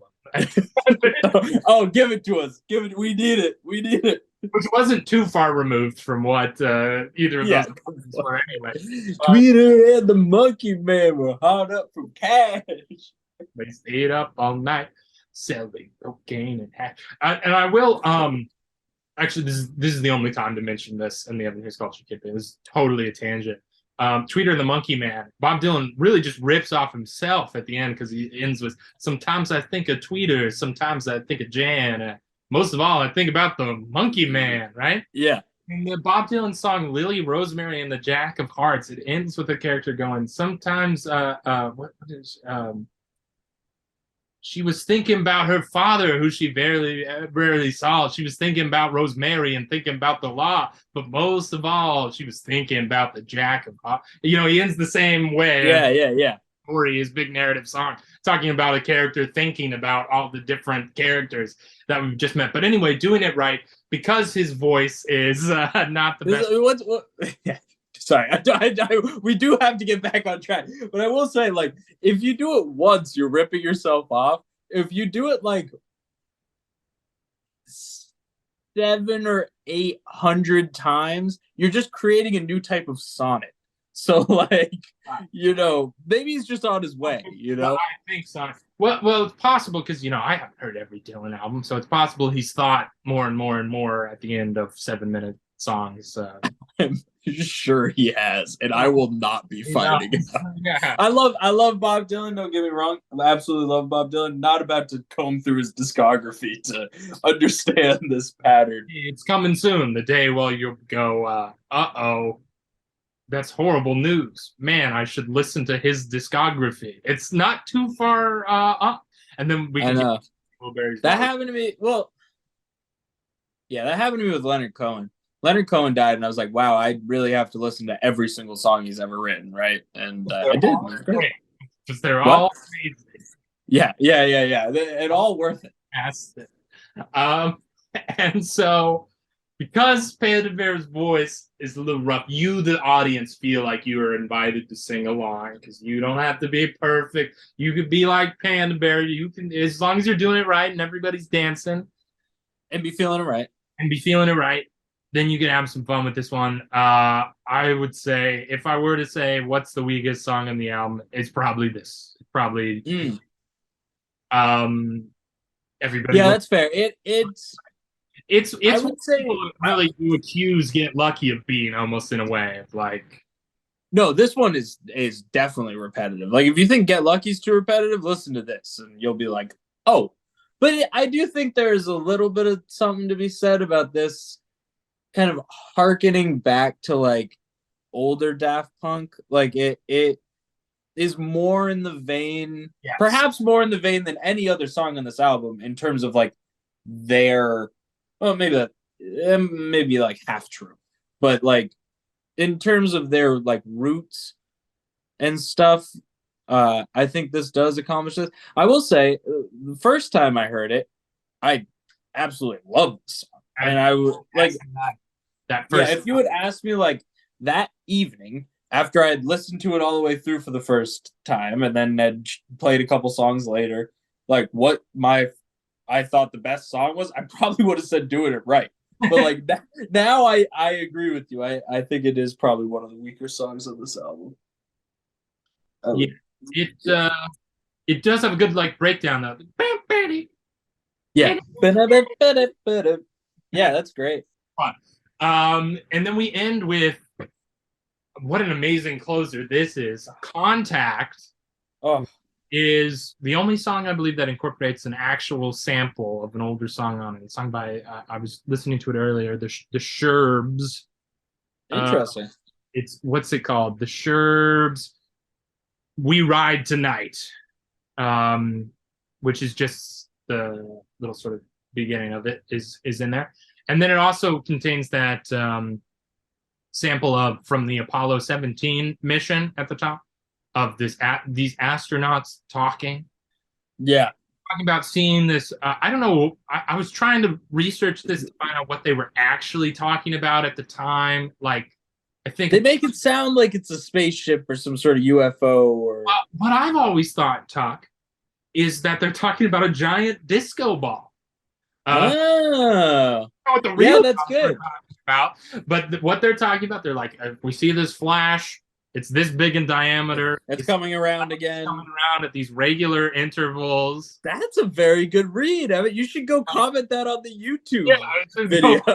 My theory that even though they're real astronauts, they're talking about a giant disco ball, but it's being used in the album as a way. I mean, the song's called Contact, so it's exploring the idea of aliens, regardless of whether the real thing was like the portion of the rocket that had been jettisoned into lunar orbit or whatever.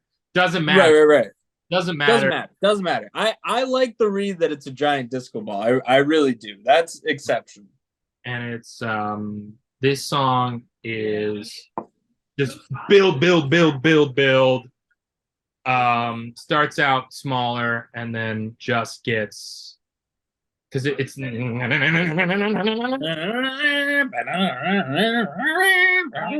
it sounds like, especially if you're listening to this not in a digital way, if you're listening to it on the vinyl, it feels like, they're doing it in a way as though your record or your CD player is about to explode. Yeah, I can imagine that. And it's been because they even start putting in, there's like one bit where the song cuts out as though like the tape has fallen off the loop or something. Yeah. And they put all this glitch stuff into it, but it just keeps it's like it's just trying to destroy your. And I think what does it actually sound like? Yeah. I was doing Marauder. It's the yeah. But this is it's all instrumental, so it's hard to sort of imitate. Yeah. It just builds and it just builds and it just builds and it just builds. And you're like, either my record player is going to explode or my head is going to explode. Yeah. Something's gonna pop. And then it ends, and it's awesome. I mean, do you feel similarly towards? 100%. It's the perfect closer, and it's like, it's one of those songs that, like, even if you don't get there every time you listen to the album all the way through, maybe you get interrupted, something happens, whatever, like, it needs to be there. Like if this album ended on like doing it right, similarly to like if it started, like it starts with like kicking in the door and it ends in a crescendo. It's like the whole thing is just ramped up. And I think, sorry, I keep burping. The whole thing, I think, kind of speaks to that third gear thing that you're bringing up, because it's like, you want to talk about third gear, like listen to the crescendos throughout this album, but especially here and Marauder, of course. Yeah. Ooh, it's next up a good. I mean, that's every track on the album. That's every track in immense detail. Over now.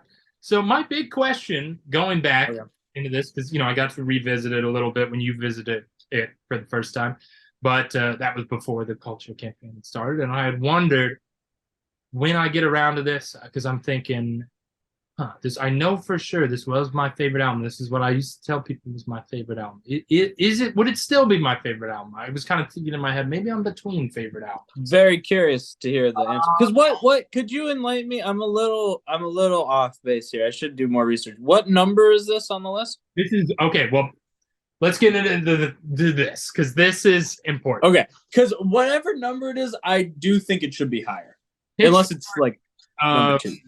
So my wondering about whether when I would return to it, would it still be so near the top for me of albums ever? I mean, I've listened to so many more albums that I really love now in a similar category as this, so I thought maybe I'm in between favorite albums.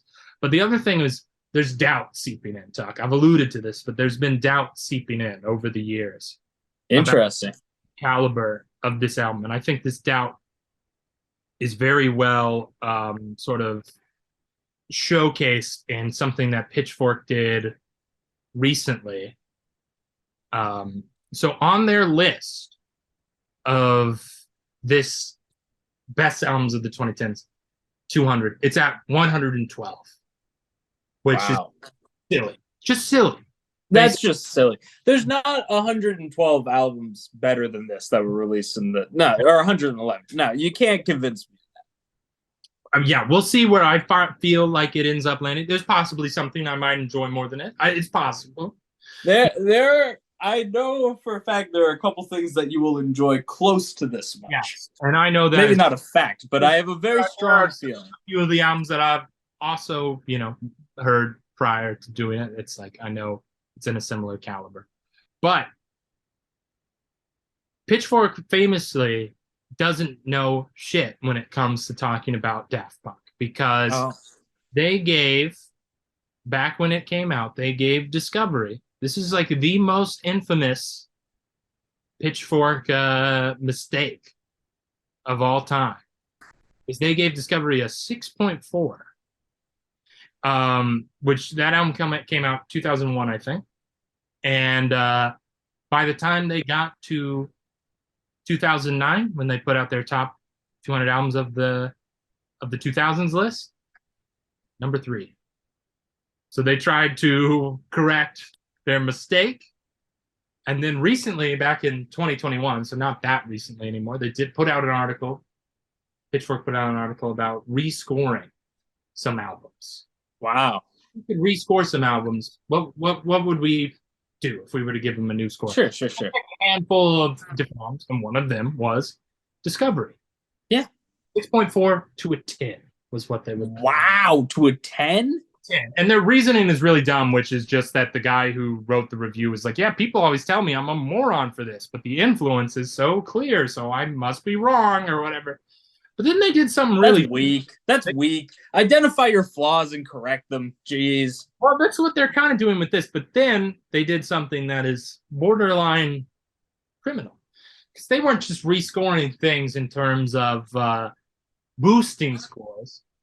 For some reason, they decided out of the handful of 22 or something reviews they wanted to correct, after Discovery, they go random access memories. We gave it an 8.8. Actually, it's a 6.8. What? They're silly. What do they say? Should I just read the whole thing? I've got it on my phone right here. This is their little. Whatever you want to do. Philip Shelburne wrote this. There was that seemingly interminable campaign of singles and sneak peeks. The 15-second ad on Saturday Night Live, the inescapable Get Lucky, an earworm so wormy that it's probably burrowing effortlessly into your brain right now. Then, too, there was the whole issue of Daft Punk's much ballyhooed, what a great word, return to vintage disco played on real instruments, which set against the neon backdrop of the early 10s EDM boom felt like a big deal. Throw in Italio disco godfather Giorgio Moroder solemnly recounting the story of his life, and who could dare to doubt the monumental gravitas of the duo's fourth studio album?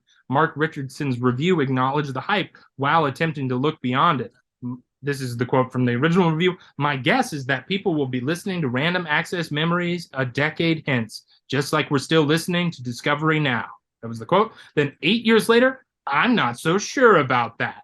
If people aren't listening to it, the album has racked up nearly 1.5 billion plays on Spotify alone. Ram has some jams, but it doesn't feel pivotal in the same way that Discovery did. It didn't push pop music forward. It merely opened the door for countless Marauder cameos and convinced Pharrell that what the world really needed was a 24-hour happy video. Philip Shelburne. Moron. Dummy. Dummy. Dummy. Dummy. That was stupid. Fragments of time. Like, what does it matter if Daft Punk doesn't have to be the torchbearers of pushing pop music? Yeah. They have to be the torchbearers of making consistently good music. And it doesn't make any. If every single good album pushed pop music forward, like, you would never have any bearing. Like, yeah. I don't know. I feel like that's a little ridiculous. And he's also, he's complaining about the marketing and the like popular, like, oh, Get Lucky played too much, like these most surface level things, without bothering to actually evaluate why he thinks they overhyped it. And then also he's like, oh, it convinced Pharrell that he could make the 24-hour. And it's like, who cares what Pharrell does based on, what did Pharrell do on this album? Great. Yeah, let's focus in here. Let's try and talk about the thing that we're being paid to talk about. Right. And also, like, you don't think any of Pharrell's other like 523 songs made him think, oh, maybe someone wants to watch me dance for 24 hours? You don't think his Pharrell, decades also, of to circle back to the Grammys, Pharrell was nominated against himself that year for Blur the yeah, Lines. he has a right to think that. And it's not because of this album. It's because he was like us as children and like the radio DJs and whatever other marketing entities are out in the world, like made him think that. It was not because Daft Punk called him up and was like, hey, you want to make a couple catchy tunes?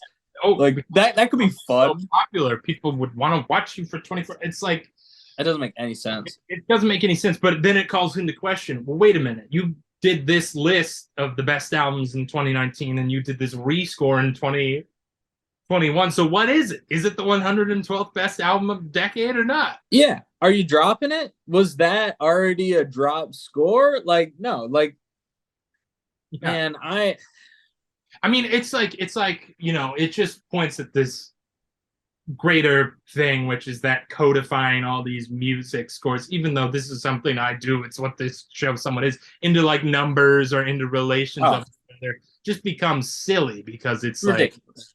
Like, it's you can't stack these things up against each other in that way. There's just, it felt like, okay, fine, we gave Discovery the 10.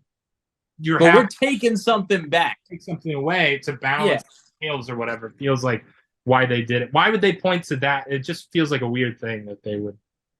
Yeah, I don't mean to invalidate, the whole purpose of this campaign we're on here, but that's dumb. Pitchfork's dumb. It was just a stupid thing for them to dumb and like that. I don't know why they felt compelled to like, do why he or well, I guess it's they that article because it's like them as a publication saying, all right, you go in and write the blurb about why we would rescore it this way. Were we given the chance? It's just a completely unserious publication. But that being said, if they're trying to hire people, I'm intrigued and great publication. Great publication. We review every single album they put on their best albums list. Why, they've got a guy who's the guy. Right? That'd be pretty good. You're already halfway done or so. But those doubts being put in the air. In the air, did have me wondering, is this album really as good as I remember it? Maybe, the rescoring thing, people are becoming critical of it. I know I didn't watch it, but I know recently Anthony Fantano put out some video about how Random Access Memories is a masterpiece. It is. I imagine that video is being done to confront. Probably. There's definitely a little dialogue there. There's some dialogue. And I found it's probably, I think it's my favorite album. I think it's the best album that's been covered on this show so far. I think it would be unlikely for it to not end up in the top 10, at the top 20, very least. If that happens, I'll be the first to go, oh wow, what a surprise! But I didn't know music could get better than that. If there are 20 albums that beat this out in the rest of the list, I would be surprised because I would put this much higher in terms of my rankings. Obviously, I haven't heard all the albums that they're reviewing, but it seems to me that everything that was listed in the review, none of it was about the musical qualities. There was no material. There's no like.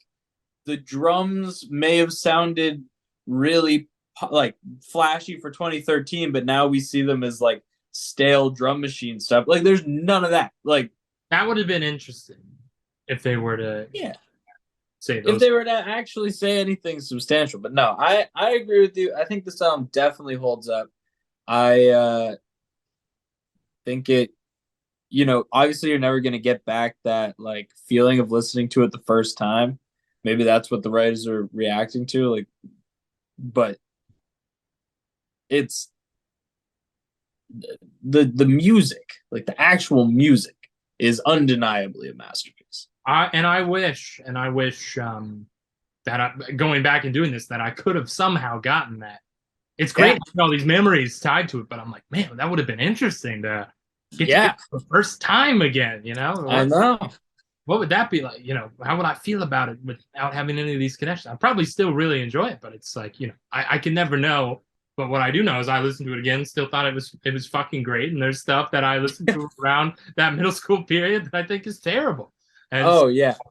Yeah, if you have me throw on like 2013 Logic or like like middle school, I was coming out of my Skrillex phase. Like obviously I didn't discover this full album until much later, but in terms of music that was coming out at that point, like there was nothing that I listened to from that era now.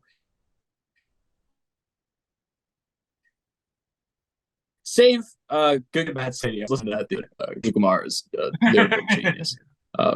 I'm curious for you to get to his stuff, but we'll talk about that later. I'm very excited. I feel foolish in a way, Tuck, because it's like going back and listening to this album now.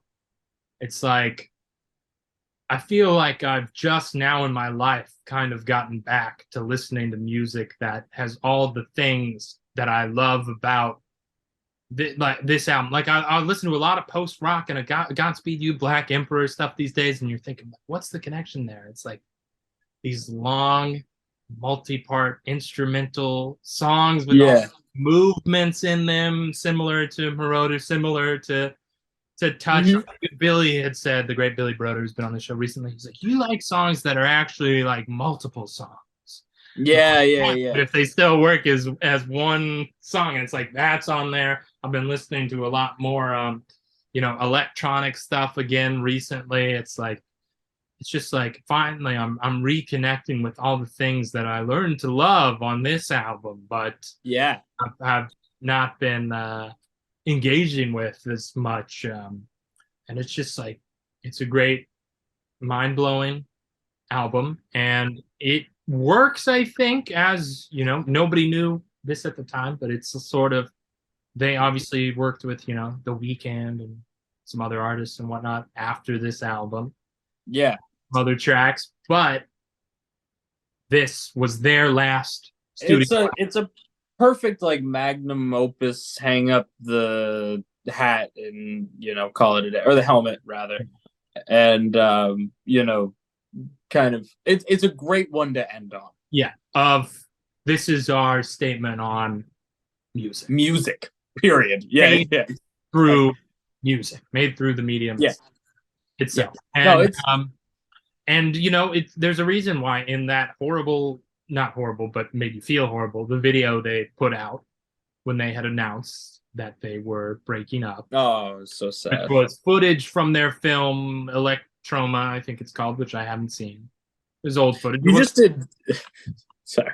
Yeah. You just did Death Grips, right? Not too long ago, Money Store. Yeah. Because I can't hear the word footage anymore. I've seen footage. I've seen footage. I've seen footage. I've seen footage of Daft Punk exploding as the other one wandered off into the desert. I've seen footage. Oh, the kid exploded!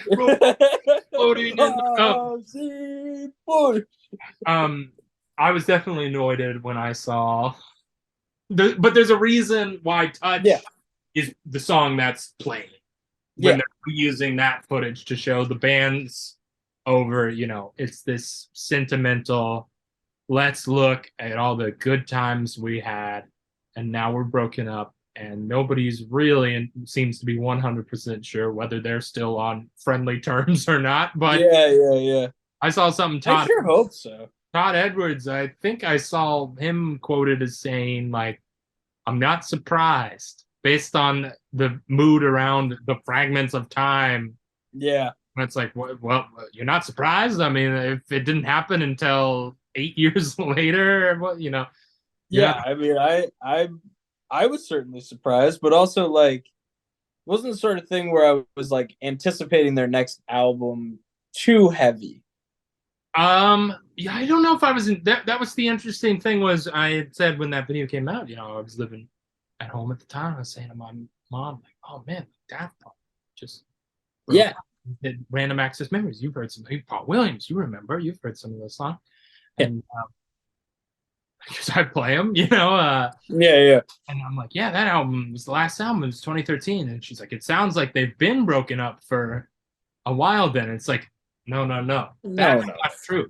Because we all thought, all us fans thought, they're cooking up the next. They're cooking up something crazy. Because, it's like they spent 5 years or so working on Random Access Memories. Who's to say they weren't going to do an 8 years? Well, I mean, the other side of the coin, and I know the premise of this campaign is that you don't listen to that much, popular music or whatever.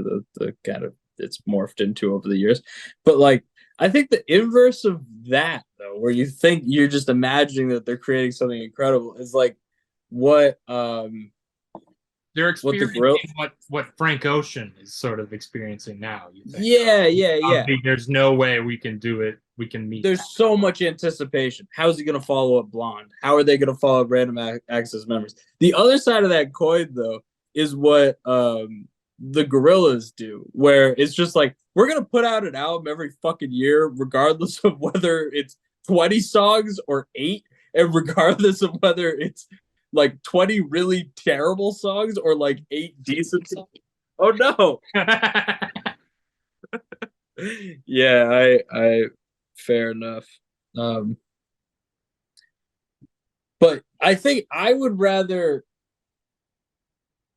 let artists take a long ass time and not know whether they're broken up or whether they're working on something incredible, rather than getting an album every year that's like fine. Yeah. I wish we could sit around and believe that there was one still coming. I mean, our last hope is, I've seen in my comment reading mine now, theories out there, people thinking, you know what, they're gonna reunite at the Paris Olympics to do a performance at the opening ceremony of. I think if they do anything, it'll be like a reunion final concert sort of thing. I would be surprised if it would be like, we're reuniting and making 3 new albums. Like, no, I think people just thought they would get together and perform at those Olympics. That I could maybe see happen. I don't know. I suppose it depends. It's entirely baseless, but it's not impossible. Yeah. Who's to say? I don't know what sort of terms they're on now. They played. There was a band. I don't know if you've seen this. There was a French marching band who played for some event where Macron and Donald Trump were together. They were in France, and they played a medley of Daft Punk songs. And Macron's kind of into it, but Trump is very confused.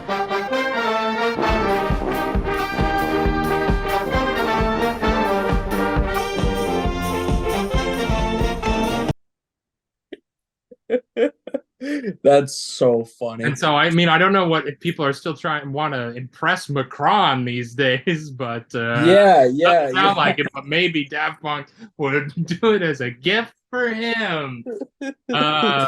What you mean? Daft Punk would get together and play all the marching band songs? Well, actually, they probably like Macron a lot because they're retired now, and or they hate him because they've retired much earlier than he wants the retirement age. Yeah. But with that, that's pretty funny. Random Access Memories. I think we've said maybe not. We must have said it all. All that we can really say is that it's a great album. Can't recommend it enough. Yeah. Go in with an open mind. If you like it, go listen to everything else Daft Punk has done. Yeah. I'd also say, though, like, go into it with a closed mind. See what you think.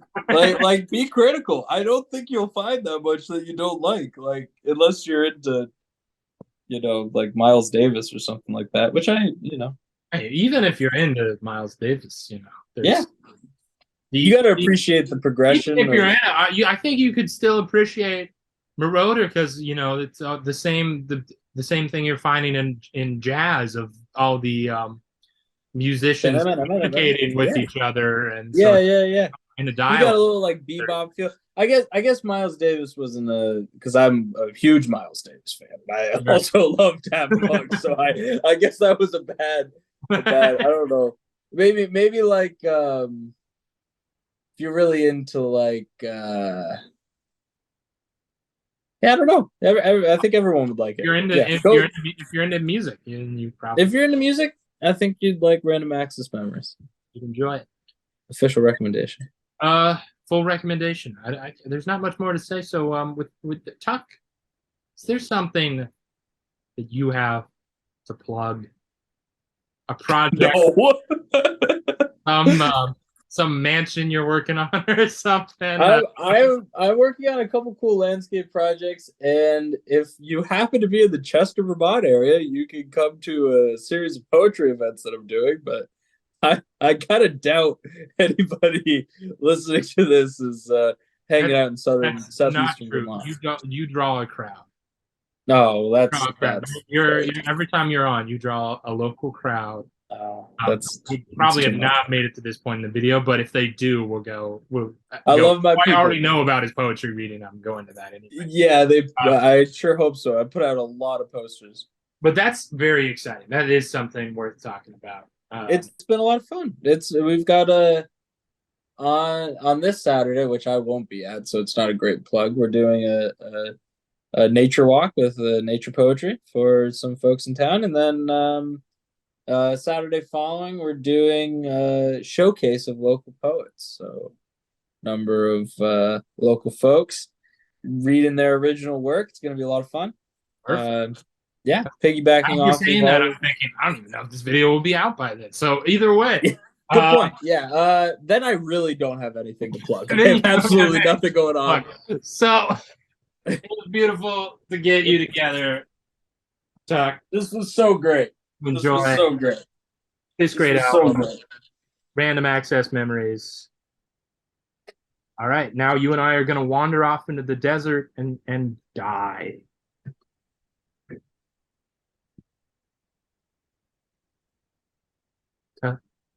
Sweet touch.